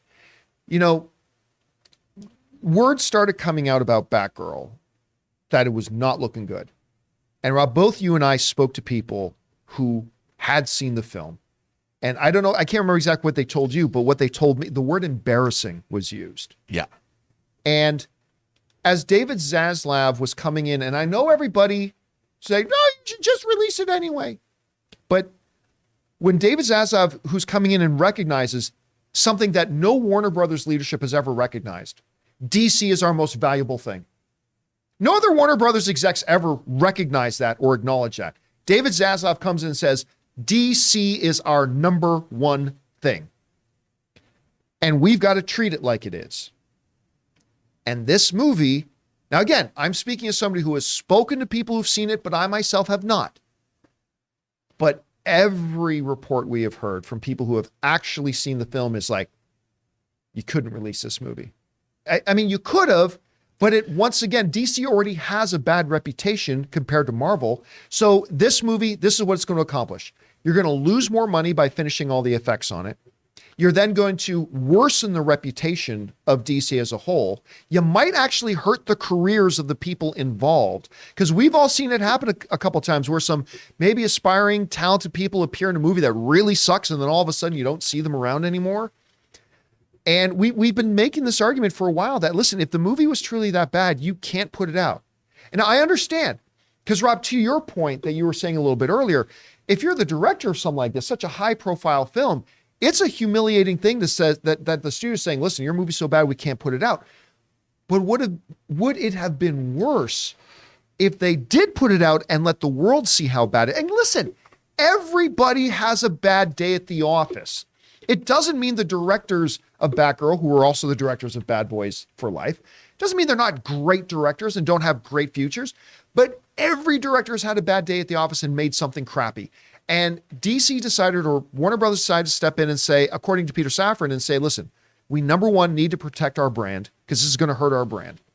Number two, we need to protect the people who are involved in it, because releasing this is, you may want it released. You can say publicly you want it released, but we know this isn't going to be doing those people any favors.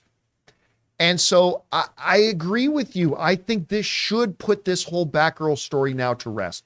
Now that you had new people come in, and apparently Zaslav did give Gunn and Safran the authority if they wanted to, said, it's your studio now.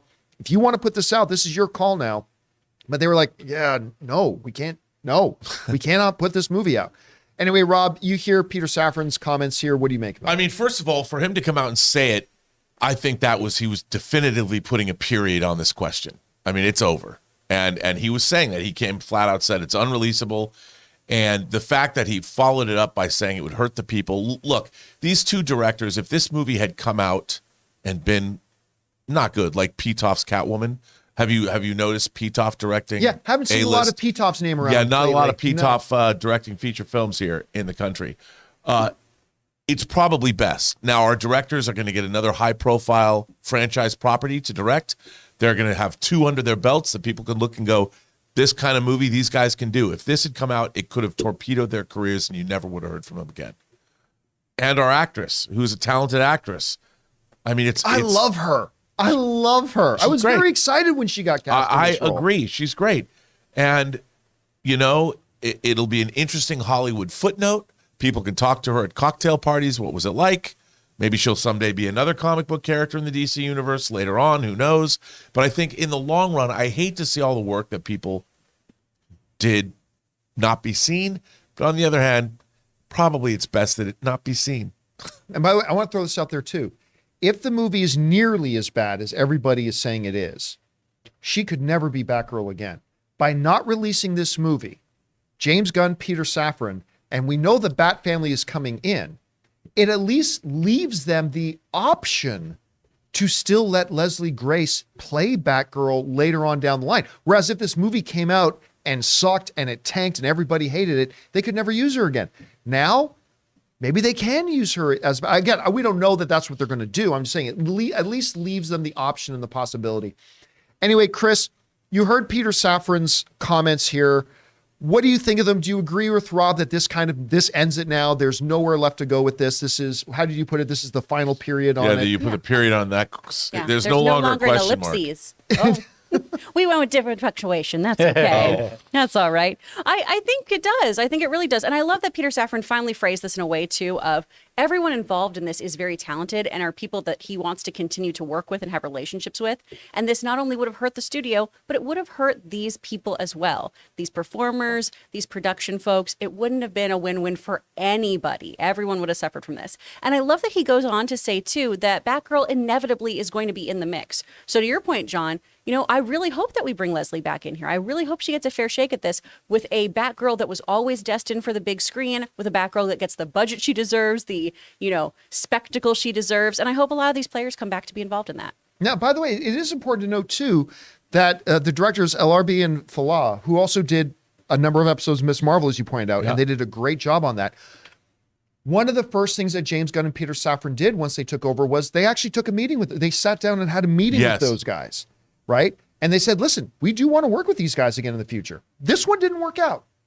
But just because you had one bad day, one bad project, one bad day at the office, that doesn't mean you still don't have it and you're not still great. I mean, hell, Steven Spielberg made the frickin' Terminal. And now he made The Fablemans.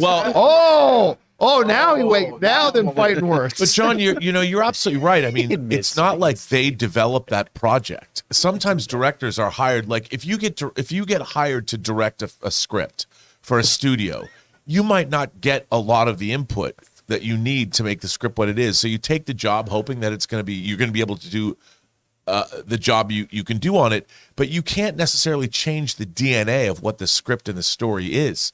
So they might have turned in good work, but the project itself, the conception of it was beyond saving. All right, guys, question is for you. We've now heard from one of the CEOs of DC Pictures, Peter Safran, saying, I could release it if I want to, but that movie is unreleasable and we needed to protect the brand and protect the people involved in it. I don't know. What do you think of his comments?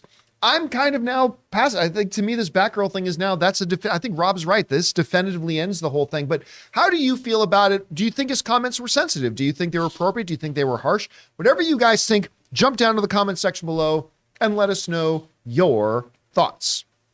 All right, guys, with that all down, we are now going to open up the super chats and go over and hear from you guys. We want to hear your thoughts, theories, opinions, and questions, and we will address those here in the last part of the show. Now, before we get to those, though, we want to take a second and thank another sponsor of today's video. We love these guys around here, the good folks over at MasterClass.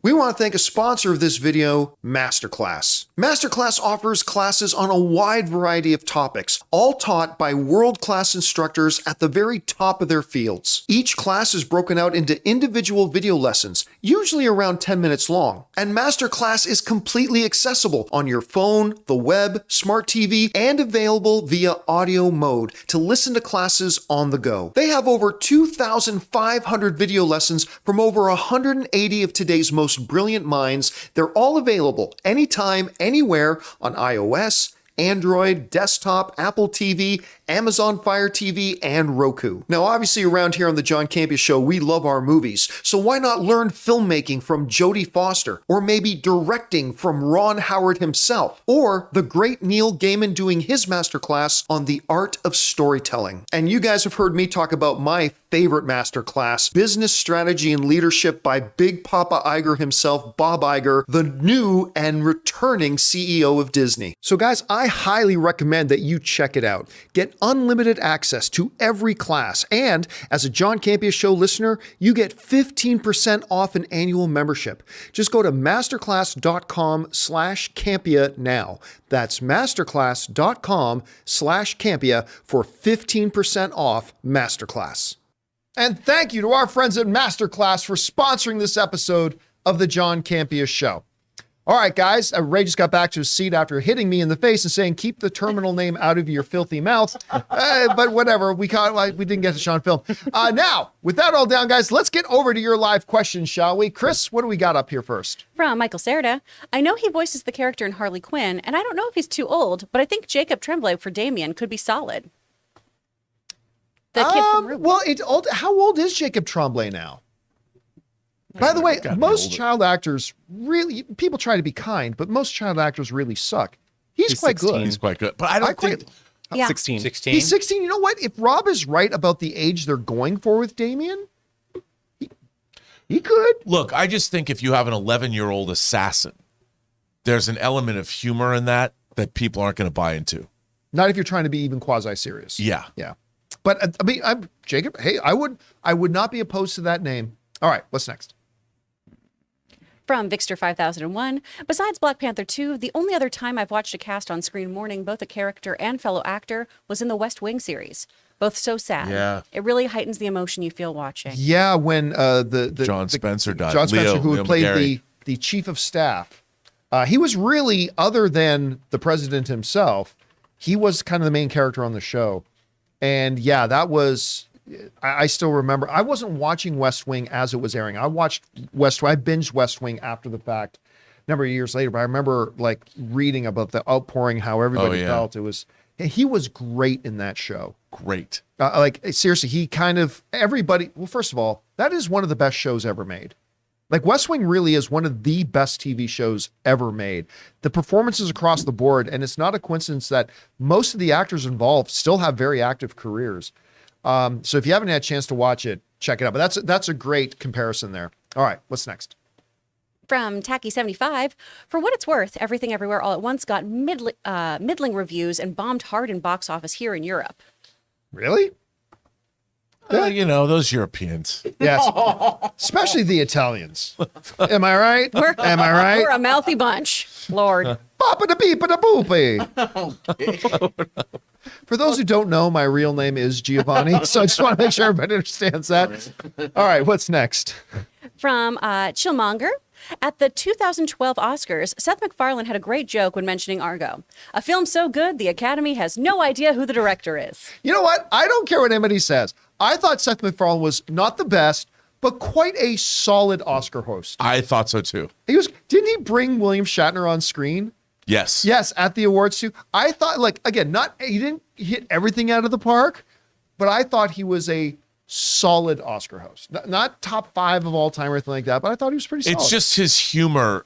He brought it more down to the everyman level as opposed to treating it with the reverence that I think people thought it deserved. And that's why I thought he was a good Oscar host. Yeah, I thought that was why he was a great Oscar host. All right, what's next? From Joey Boboe. In spirit of JC's flash bet, John Campea's flash bet, a proposal for Rob. If Picard 3 stinks, Starfleet Lego one side, bad robot on the other. Send me your scripts on the back with a P.O. box. You shut your mouth. No. Well, of course, then you can't have a bet like that because, well, who says if it stinks or not? Who says? You know what? Everyone's gonna have different opinions. I've gone so far out on a limb of my support of this upcoming season that if the majority of people think that it stinks, I might have to hide my head in the sand forever and leave social media. But I am convinced that you will like it. But here's the problem. There's going to be a small vocal minority. Oh, I guarantee. We already know that. Look, there are going to be people who watch Picard season 3. I haven't seen it myself. There are going to be people, maybe I'll be one of them, who watch Picard season 3 and don't think it's very good. But there's already a small group of very vocal people online we know who have already decided that it sucks. And no matter how good it is, they're going to trump how bad it is. And they're not going to watch it anyway. Yeah. But it is good. And I think everybody who's at all a cursory Next Generation fan or a diehard, you will love it. All right. What's next? From Al Renshaw, John's going to need to change the locks on his house. He's going to wake up and find Ray in his pajamas sleeping in the John Campea Theater once he gets cut off. You'll find that anyway. Here's the thing.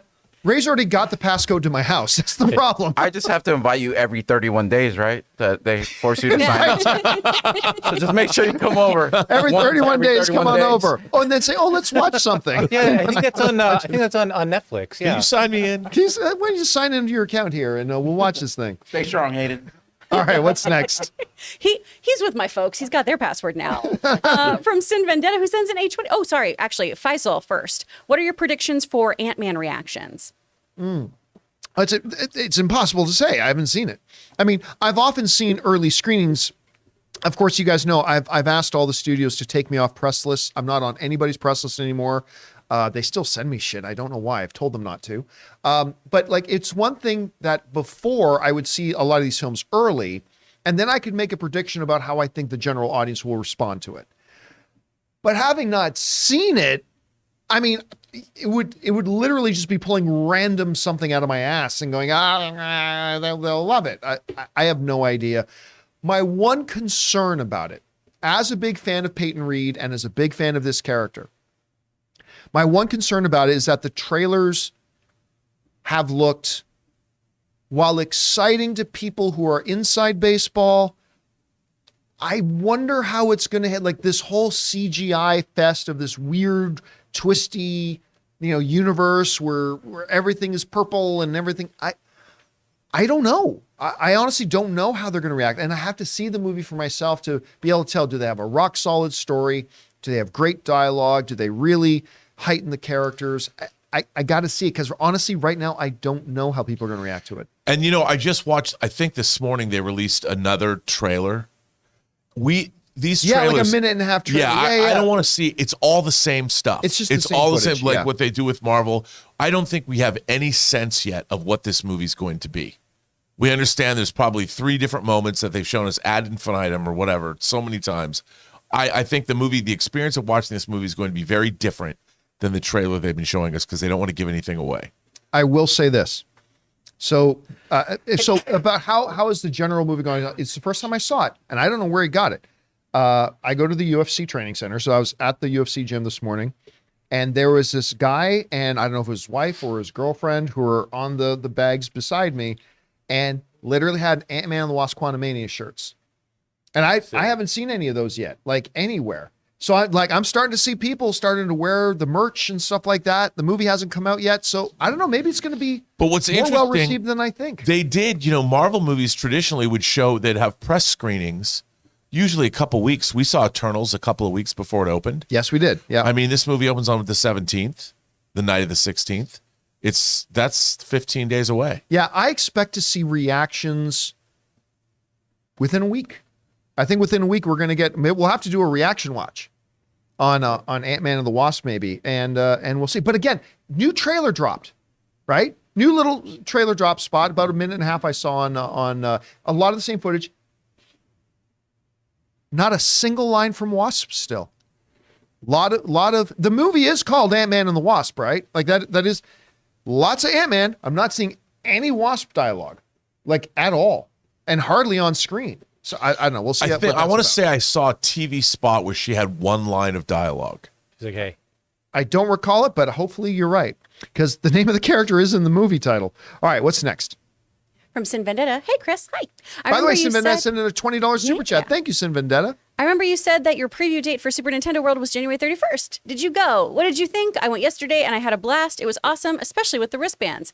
Oh man, I hope you had a great time. The wristbands are so cool. I didn't get one yet, but I'm going to. I had a blast. I posted a whole bunch of footage on my Instagram stories that you can find right here. It's so, so cute. Has anyone else gotten to go yet? I'm going on Friday. Oh, it is really, really fun. The attention to detail is so, so great. The actual Mario Kart ride is a blast. It's so cool. You just have this little visor that goes over you, so all of the players are zooming around and only you can see them from your perspective, and you look where you need to shoot. Oh, it's so fun. I didn't get to go eat at the restaurant, though. That's the only thing I missed out on. And the power bands, too, if you get them, the coins and points you earn in the park, you can use a Nintendo Switch store for actual stuff. Ooh. Which is awesome, because at first I was like, all right, I mean, you're not getting a $40 wristband out of me. I'm cheap as hell. But now you have my attention. Well played. So you didn't eat at the restaurants. I didn't. Okay, so because I was going to ask you about this, because Ann and I are going on Friday. So we've got our reservations for Friday.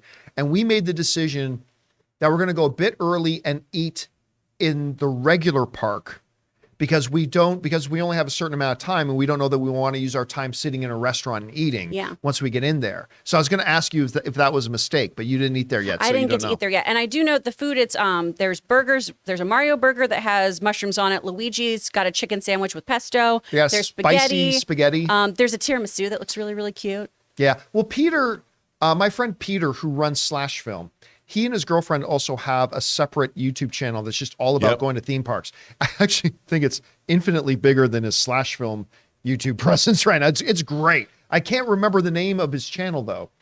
But anyway, he and his girlfriend did a thing of their Nintendo World at Universal, and it looked fun. It looked really fun. I'm looking forward to seeing that. Going there. All right, what's next? From Matt Boyle. Hey, Rob, I'm about to start the toughest challenge yet. I'm going to watch all of the Star Trek shows and movies all in order for the first time. Wow. See how long I'll last. Can I just say, Mac, if you're going to start at the beginning, please don't watch The Cage first. That is taken care of in the first season of the original series. Start with where no one has gone before. So you're talking about the original pilot. The original pilot was later repurposed within TOS itself. That's where Captain Pike came from. Yes, that's where Captain Pike came from. And the way the first three episodes were ordered originally, the pilot aired third. So please go back and start your Star Trek journey with where no one has gone before. And then if you're really cool, follow it up with the Corbomite maneuver, and then follow the rest of the show the way it's listed. I've never heard the phrase Star Trek, and then if you're really cool. Well, you did today. We did today. All right, what's next? From Stefan DeLint Wooters. I saw Knock at the Cabin today, and I had a pretty good time. One of Shyamalan's better movies, I think. Whoa. Yeah, I was actually texting back and forth with Harloff last night, and Harloff had just gone to see it. I didn't ask him to tell me what he thought about it, but Harloff had just got out of a screening of it last night, so I'm going to be actually getting on the phone with him in just a bit. I'll probably ask him what he thought, because I'm excited about this movie. I have to tell you, I saw Dave Bautista on, I want to say, was it Jimmy Fallon?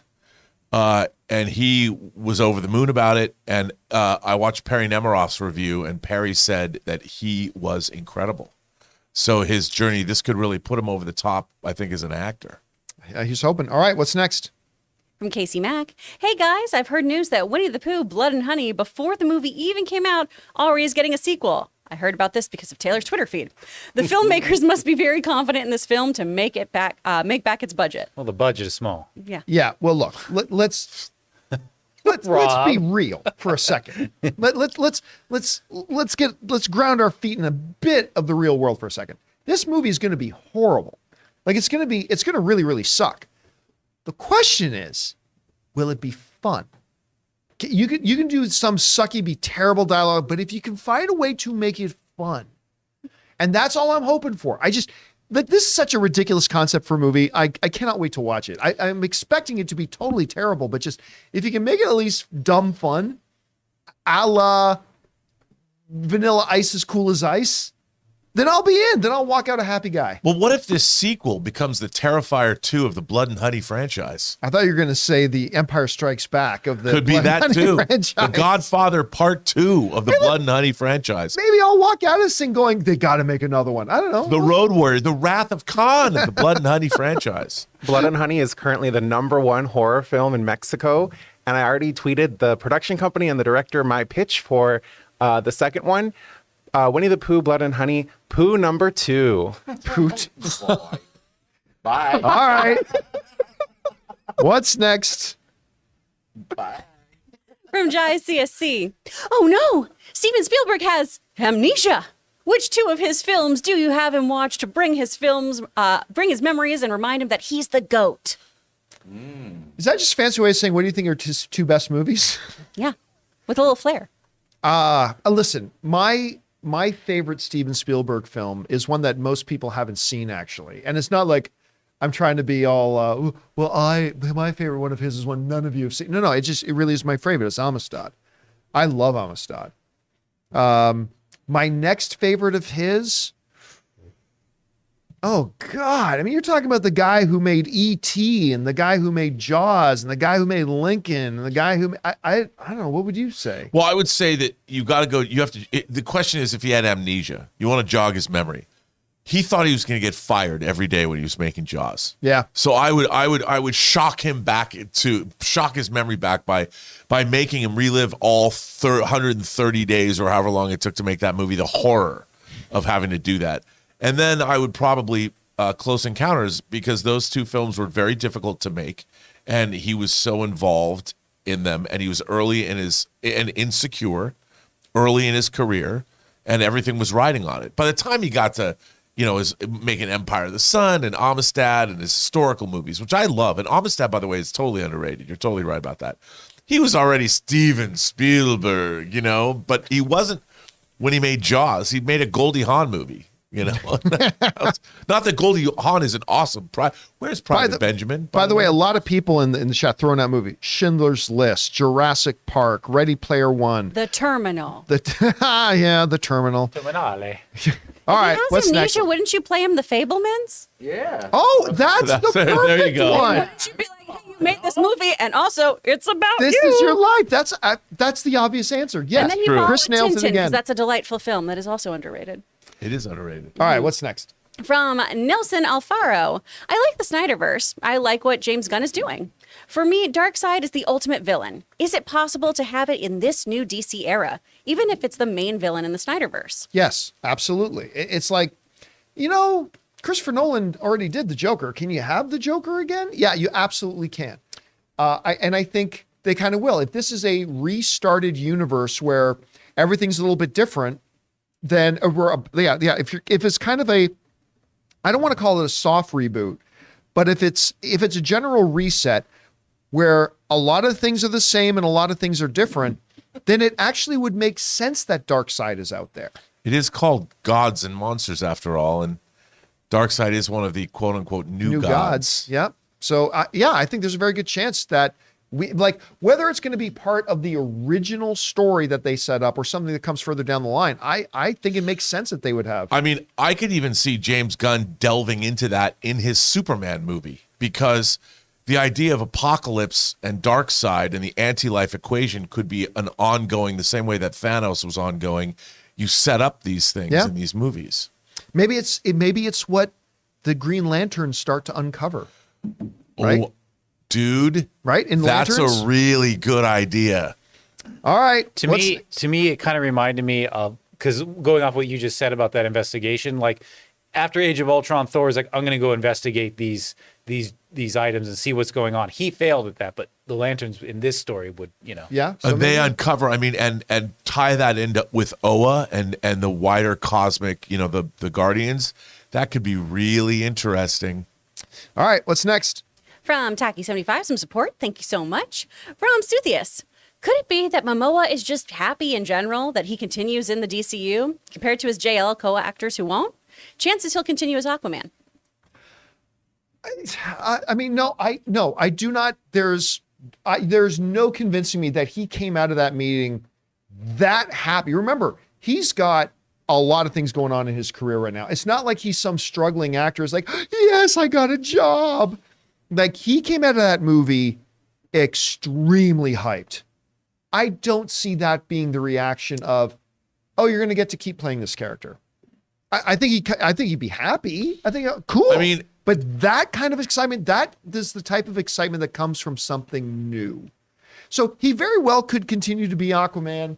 I mean, the only other thing that I could say to speak to the Aquaman issue is that Aquaman, the first one made $1 billion. The second one, and Peter Safran produced both, that the second one they're even happier with. And because it's if they're going to use Flash, the Flashpoint thing with Michael Keaton in it and Ben Affleck in it and all that, maybe there's a way that they've built in to that Flashpoint series, because I keep going back to the idea that in the Flashpoint universe, Atlantis and Themyscira were at war. Yeah, who doesn't want to see that on screen? Yeah, and because they're moving into a Paradise Island or Paradise Lost series, that maybe they've figured out some canonical way that makes sense to keep, because Peter Safran gets paid as a producer on those movies in addition to whatever his salary is at. So it ain't show friends, it's show business. So making more Aquaman movies, or at least one more Aquaman movie.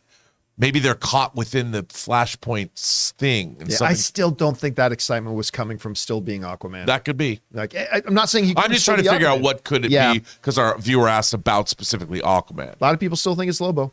We'll see. All right, what's next? I think so too, by the way. From Cinema Soused. Hey crew, anyone watch Poker Face yet? That's how you are when you're soused. It's wonderfully fun, has exceptional editing and fun characters.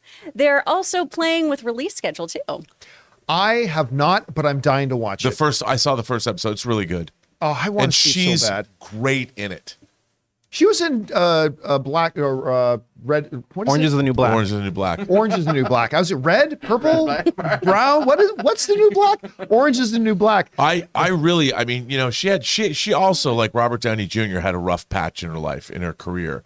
But I think between Russian Doll and this, she's really quite the actress. And I think she's a great, really engaging screen presence. And it's a Ryan Johnson project, so I'm excited about checking it out. All right, what's next? From CJ Rebirth. What did you guys think of Blue Sky Studios' Rio movie? The animated film. Yeah, the animated film with the birds. What's his name from? What's It was the zombie? Gore Verbinski. Jesse Eisenberg. Yeah. Jesse Eisenberg. Right, Jesse Eisenberg did the main voice in that one, right? Mm-hmm. He was him and all Anne right. Hathaway. It was all right. I liked it. It's not one that I go back and revisit. But I remember thinking it was okay. I didn't think it was anything totally special. Yeah. All right, what's next? From Life Mastery Mindset, who also sends in a $20 super chat. Thank you, man. The Last of Us 3 game in 2026 in time for the show's season 3. Apparently, there are articles that suggest that part 3 of the game may or may not happen. Does anyone believe that it wouldn't happen? I mean, come on, money. We actually talked about this a little bit on Weekly Hero because people were saying that a third game was already in the works. Dreckman's got an idea. He's got a story that he's worked on with other people that he said will probably not see the light of day. So there's a story that he's thought about, and he'd like for some of those things to continue on, perhaps in other aspects of this universe, but it isn't written in stone that we're getting a third one. And just because there's money on the table, this is also a creator who really values what he created, and he and the other creator on The Last of Us show, I'm so sorry, I'm blanking on the name right now. Thank you. Have talked about how important endings are. So I'm wondering if they'll continue on. Naughty Dog, though, I'm sure wants that money. Listen, I'll tell you what. The reason I believe it is 100% ironclad guarantee there's going to be a third one is because the way that number 2 ends. The way number 2 ends, first of all, the second game, the story in the second game does the impossible in that it exceeds the story of the first game. It's incredible. And the ending of the second game, well, in case you don't know it, I'll speak just in principles here, so it's not giving anything away. Represents, hey, because the whole theme of the second game is there are consequences to actions. That's the whole theme of the first game. It's built on that principle, right? There are consequences to actions. And the way the second game ends, for those of you who've played it, even Ellie herself comes to realize at the very ending of the game, there were consequences to her actions. But on top of that, it kind of has an open door about where we can see her go from there. So because of that, because they built that ending into the game, I I think I'd be shocked if they don't do a third game. Absolutely shocked. Besides the fact of there being so much money on the table. And besides the fact that this HBO series is only going to make that game series even more popular. Yeah. I will be shocked if they don't do it. But again, but to what Chris was saying, because I think Drunkman put that kind of open chapter at the end of that second game, that I think they've left themselves an avenue to go. But we'll see. We'll find out. Maybe they'll get too busy with the show. All right, what's true. next? From Stubble McShave, best civilian superhero name, Chris Carr or Jay Gunn? I'm biased. James Gunn is actually a pretty good superhero name. It's a great name.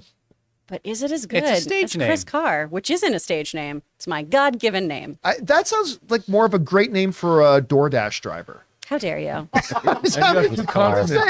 Names. I know you have to have so many of them since you can't cook, John, but True. It's true. you know. She's not wrong. Yeah. I can't even deny Yeah. it. Chris Carr is a superhero name, though. Like, that's a great name. That's why I'm not Chris Pete's. That sounds like something you eat when you're stoned and you regret it. Crispy. Like, I ate so many Chris Pete's last night. If I had taken Logan's last name, I would have sounded like bad stoned food. Wow. All right, Those what's Chris next? Pete's were bad. All right, from MP. What other Bat family members do you think will be introduced in Brave and the Bold? I hope for Nightwing and Oracle. I mean, look, if you are going to introduce into the DCU the concept that Batman brings on Robins, then you can't avoid Nightwing. You can't avoid the definitive Robin, Richard Grayson. You can't avoid that. So I think Oracle is a very, very strong possibility. I think Nightwing is 100% ironclad guarantee, at least in referencing. That has to be there. A reference to Jason Todd maybe already being deceased. I mean, I don't know, but I think those are the two most likely ones. What do you think, Rob? I agree. And I think, bringing in Dick Grayson as a foil for Batman, as somebody who always comes in and goes, do you think this is really a nut? You're bringing on Damian is that good for you? Look what you did to others of us. I think that's an interesting. I think Nightwing could be a somebody who's not happy with Batman, that keeps him grounded. Yet they're like brothers in a way now. I feel like Arguing Grayson's never siblings. happy with Batman. He's always like, do you think this is a good idea? Yeah. I mean, I've brought this up several times, but I've talked about my favorite overall comic book story of all time is the X-Men Age of Apocalypse storyline. But my favorite scene, if you can call them scenes, my favorite scene in any comic book ever of all time, it's right after the Nightfall series. All right. So Bane broke Batman's back. Batman passes the mantle on to Jean-Paul Valley, I mean, to become Azrael, to become the new Batman. He goes a little bit nutty. Batman recovers, comes back, defeats Azrael, takes back the mantle of the Bat. Now, after that all happens, Dick Grayson, who helped Batman in the whole thing against Azrael, comes back, and there's this great issue where it's just the two of them in the cave talking. And basically, Dick is pissed. He's like, what the hell? How did you go outside the family? You needed somebody to be Batman. You didn't come to me. Like, what's going on, and blah, blah, blah. And it's a great dialogue between them, but I'll never forget my favorite panel ever. You got Bruce standing there, and he puts his hand on Dick's shoulder. And basically, I'm paraphrasing a little bit, but basically the line is, this is how it always is between fathers and sons. And like, I get emotional just thinking about the panel, right? It's like one of the most incredible moments I think ever, like emotionally resonant moments in comic book history. I absolutely love that scene. And that is part of the reason why Dick Grayson always has to be a part of Batman, I think. I mean, if you're going to have that aspect of Batman in the movies, you can't not have Nightwing. Can't have him. I mean, you can't not have him. All right, what's next? From Uncle Bobby B. M. Night Shyamalan is back. Knock at the Cabin was intriguing, had great moments of suspense. Dave was fantastic, but didn't stick the landing. I will say this, having read the synopsis of the story of the book, because I didn't read the book, but I went ahead and read the synopsis story of the book. The one thought I had was, that's an interesting ending. I like, because the story seems great. So I'm not surprised to hear you say that. Perry did say that the ending, they changed the ending, and now there's one of two ways it can be interpreted, or two. I don't know what she meant. So but they changed the ending. he changed the ending, and according to her, and said she thought it was a stronger ending. She's the only person I watched that reviewed the film. It just came up on my Instagram feed. All right, what's next? From Bruce Lum. Hi, Rob.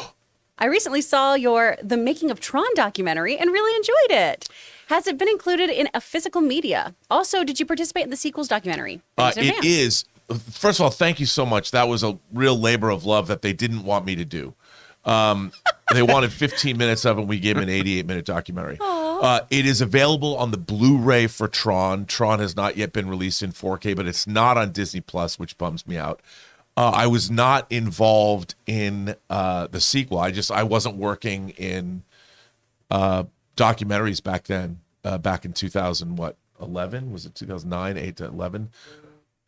But thank you very much. I'm really proud of that documentary. It's not on YouTube? Is that a different thing? It is on YouTube. Okay, The Making of Tron. You can see The Making of Tron on YouTube. It's 88 minutes long. Nice. All right, what's next? From Magic K. Drew Goddard is part of the DCU writer crew. I think he would be the best choice for the DCU Batman movie. He's the showrunner for the first season of Daredevil. What's your take on this? He's not the showrunner for the first season of Daredevil. Spartacus showrunner. Look at the name of the show. The guy who was the showrunner for Spartacus, and I'm freezing on his name now. Is it Stephen DeKnight? Stephen DeKnight. Stephen DeKnight was the showrunner for season 1. He was going to be, I think, at one point, the showrunner for that. But that doesn't take away that he could be an interesting. Wasn't he also the guy who co-wrote with Joss Whedon, Cabin in the Woods? Yeah. It was also him, right? That did that. I mean, that would be an interesting choice. I think there's a lot of people who could be very, very good choices, but that would be an interesting one too, for sure. All right, what's next? From Dave XB, I'm about to board a 10-hour flight. Just downloaded 6 hours worth of the John Campea Show to catch up on movie news. Good luck. Fantastic. Wow. That's Dave, how you do That's it. a lot of us. That's a That lot What are of you going to do for the other 4 hours? We will keep you entertained. Then you go back and watch it again to catch lot up of on all Shrek. the little brilliant quips and witticisms that All we the dropped Easter during the eggs. show. All the Easter eggs. All right, what's next? From Jay, about how long before we start getting announcements of actors for Batman, Robin and Supes. Not long. Because if these movies are targeted to come out in 2025, right? That means these are movies that are going to be going into pre-production. Well, I mean, James Gunn's already got the script done for Superman. So they're going to go into pre-production on this. I'm guessing they're going to be targeting a shoot date start probably early 2024, if not late 2023. I say they get their Superman by June or July of this year. Now, whether they announce who it is in June or July this year, I don't know. But I think they probably have their people by then. So I don't think we're going to have to wait too terribly long to hear who it is. All right. Before What's next? February ends. Yes. What's next? From Luke Batman 0707. I think a good character growth for Robert Pattinson's Batman is he needs to have more empathy and compassion for his villains. I don't know about that. That's never been a strong suit of Batman. No. Having sympathy and compassion for those that will prey upon the weak. Right. That's actually the complete antithesis of what Batman is. Batman, I mean, look, we saw an evolution. One of the great things about the Batman movie was we saw an evolution in Robert Pattinson's Batman at the end, that he realized he cannot just be a terror for those who will harm the innocent. He needs to also be a symbol of hope for the innocent, right? But it's not one or the other. The whole thing about Batman is he's driven to take vengeance on those who would harm the innocent and the weak.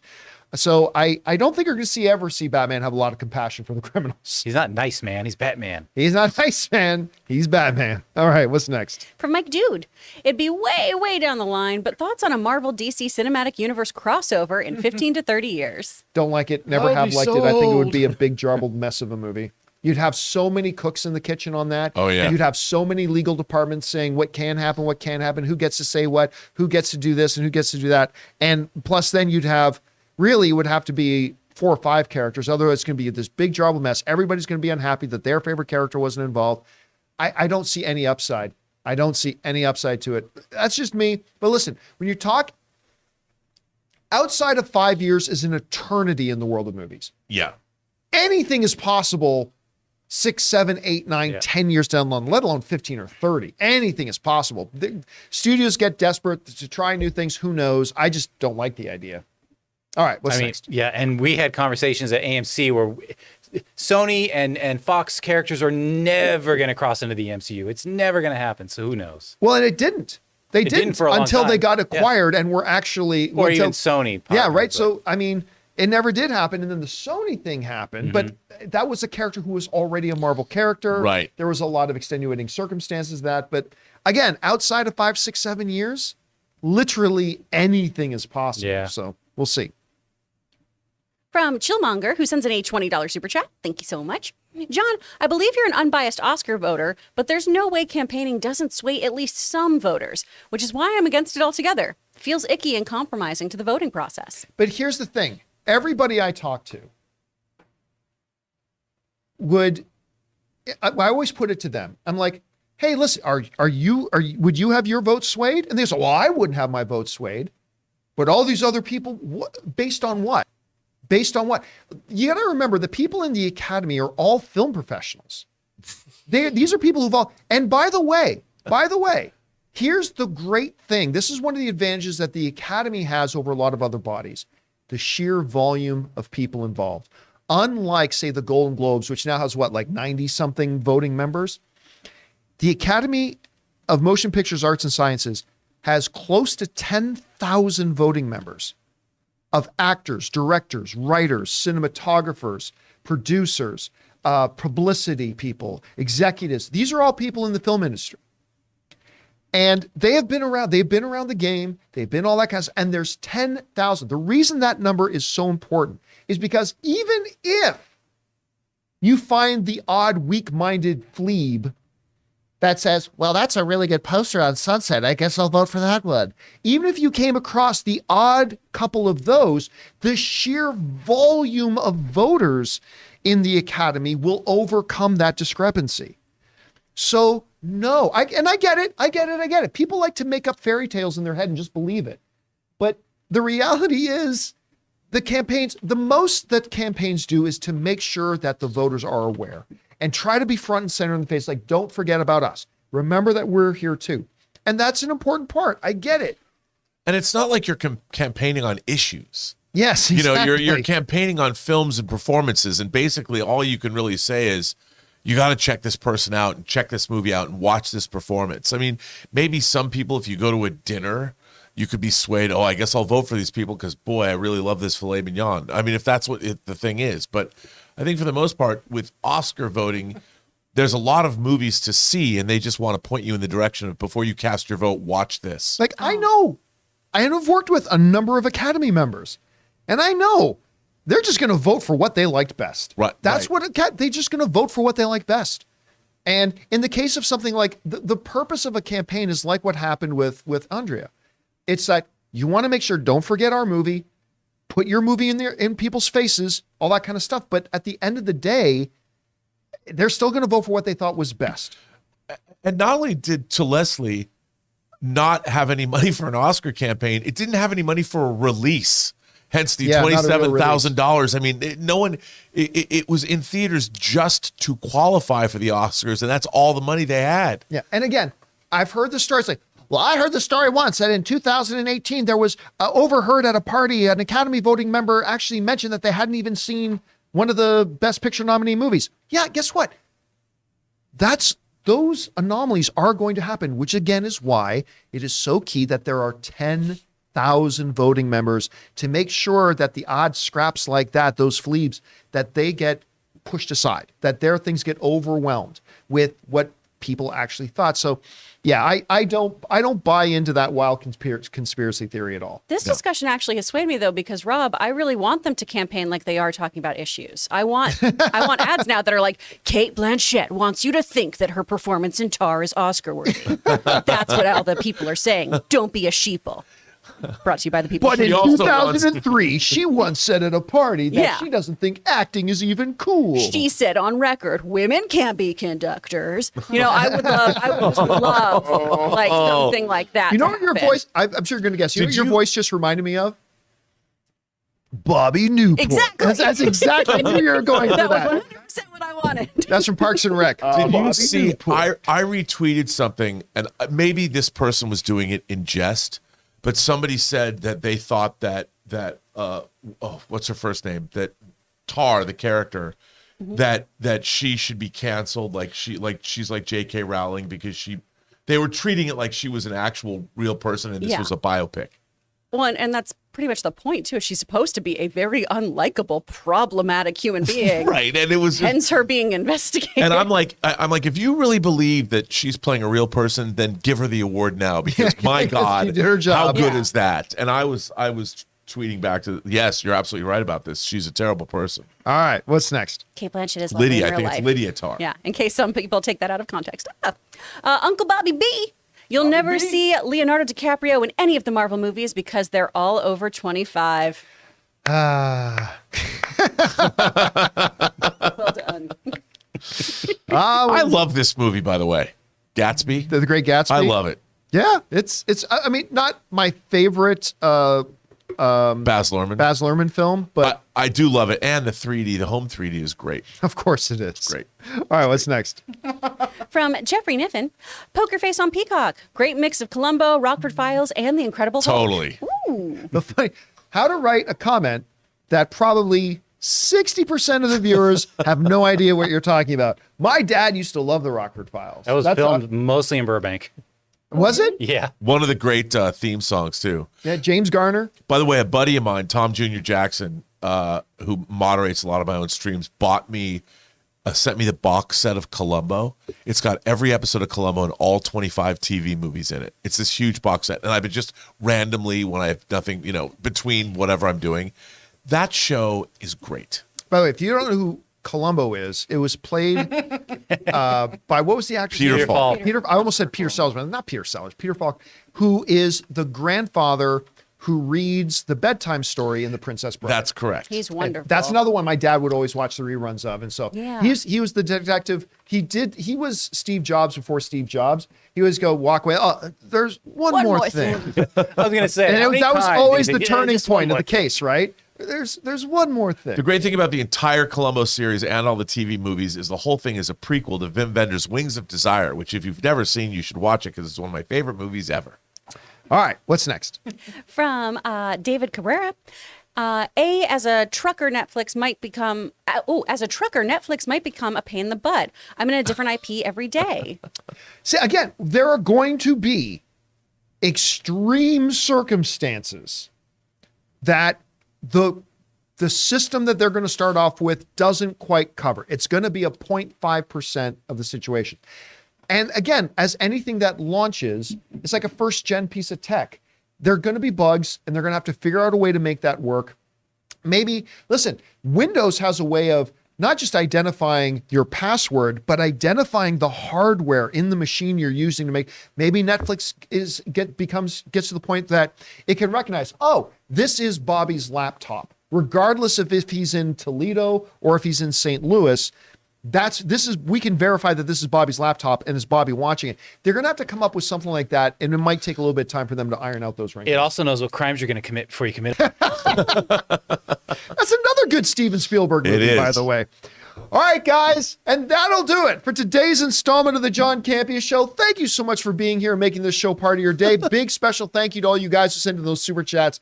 Number one, because you gave us great fun things to talk about. Number two, you supported this channel as you did it, and all of us involved with the John Campea Show. Thank you guys so very much for your support.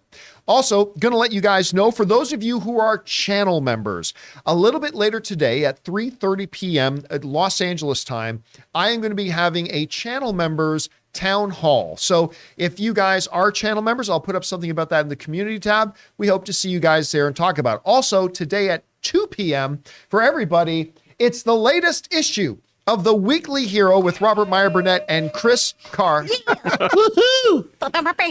Our resident Uber driver. Make sure you guys come back, or Uber Eats Why do you driver. not Make get sure, on people with jobs? Why do you hate people with jobs, John? What make sure you come back the hell? and join them for their adventures on the new installment of The Weekly Hero. So for everybody in the room, guys, my name's John Campea, and until next time, my friends, bye-bye. Two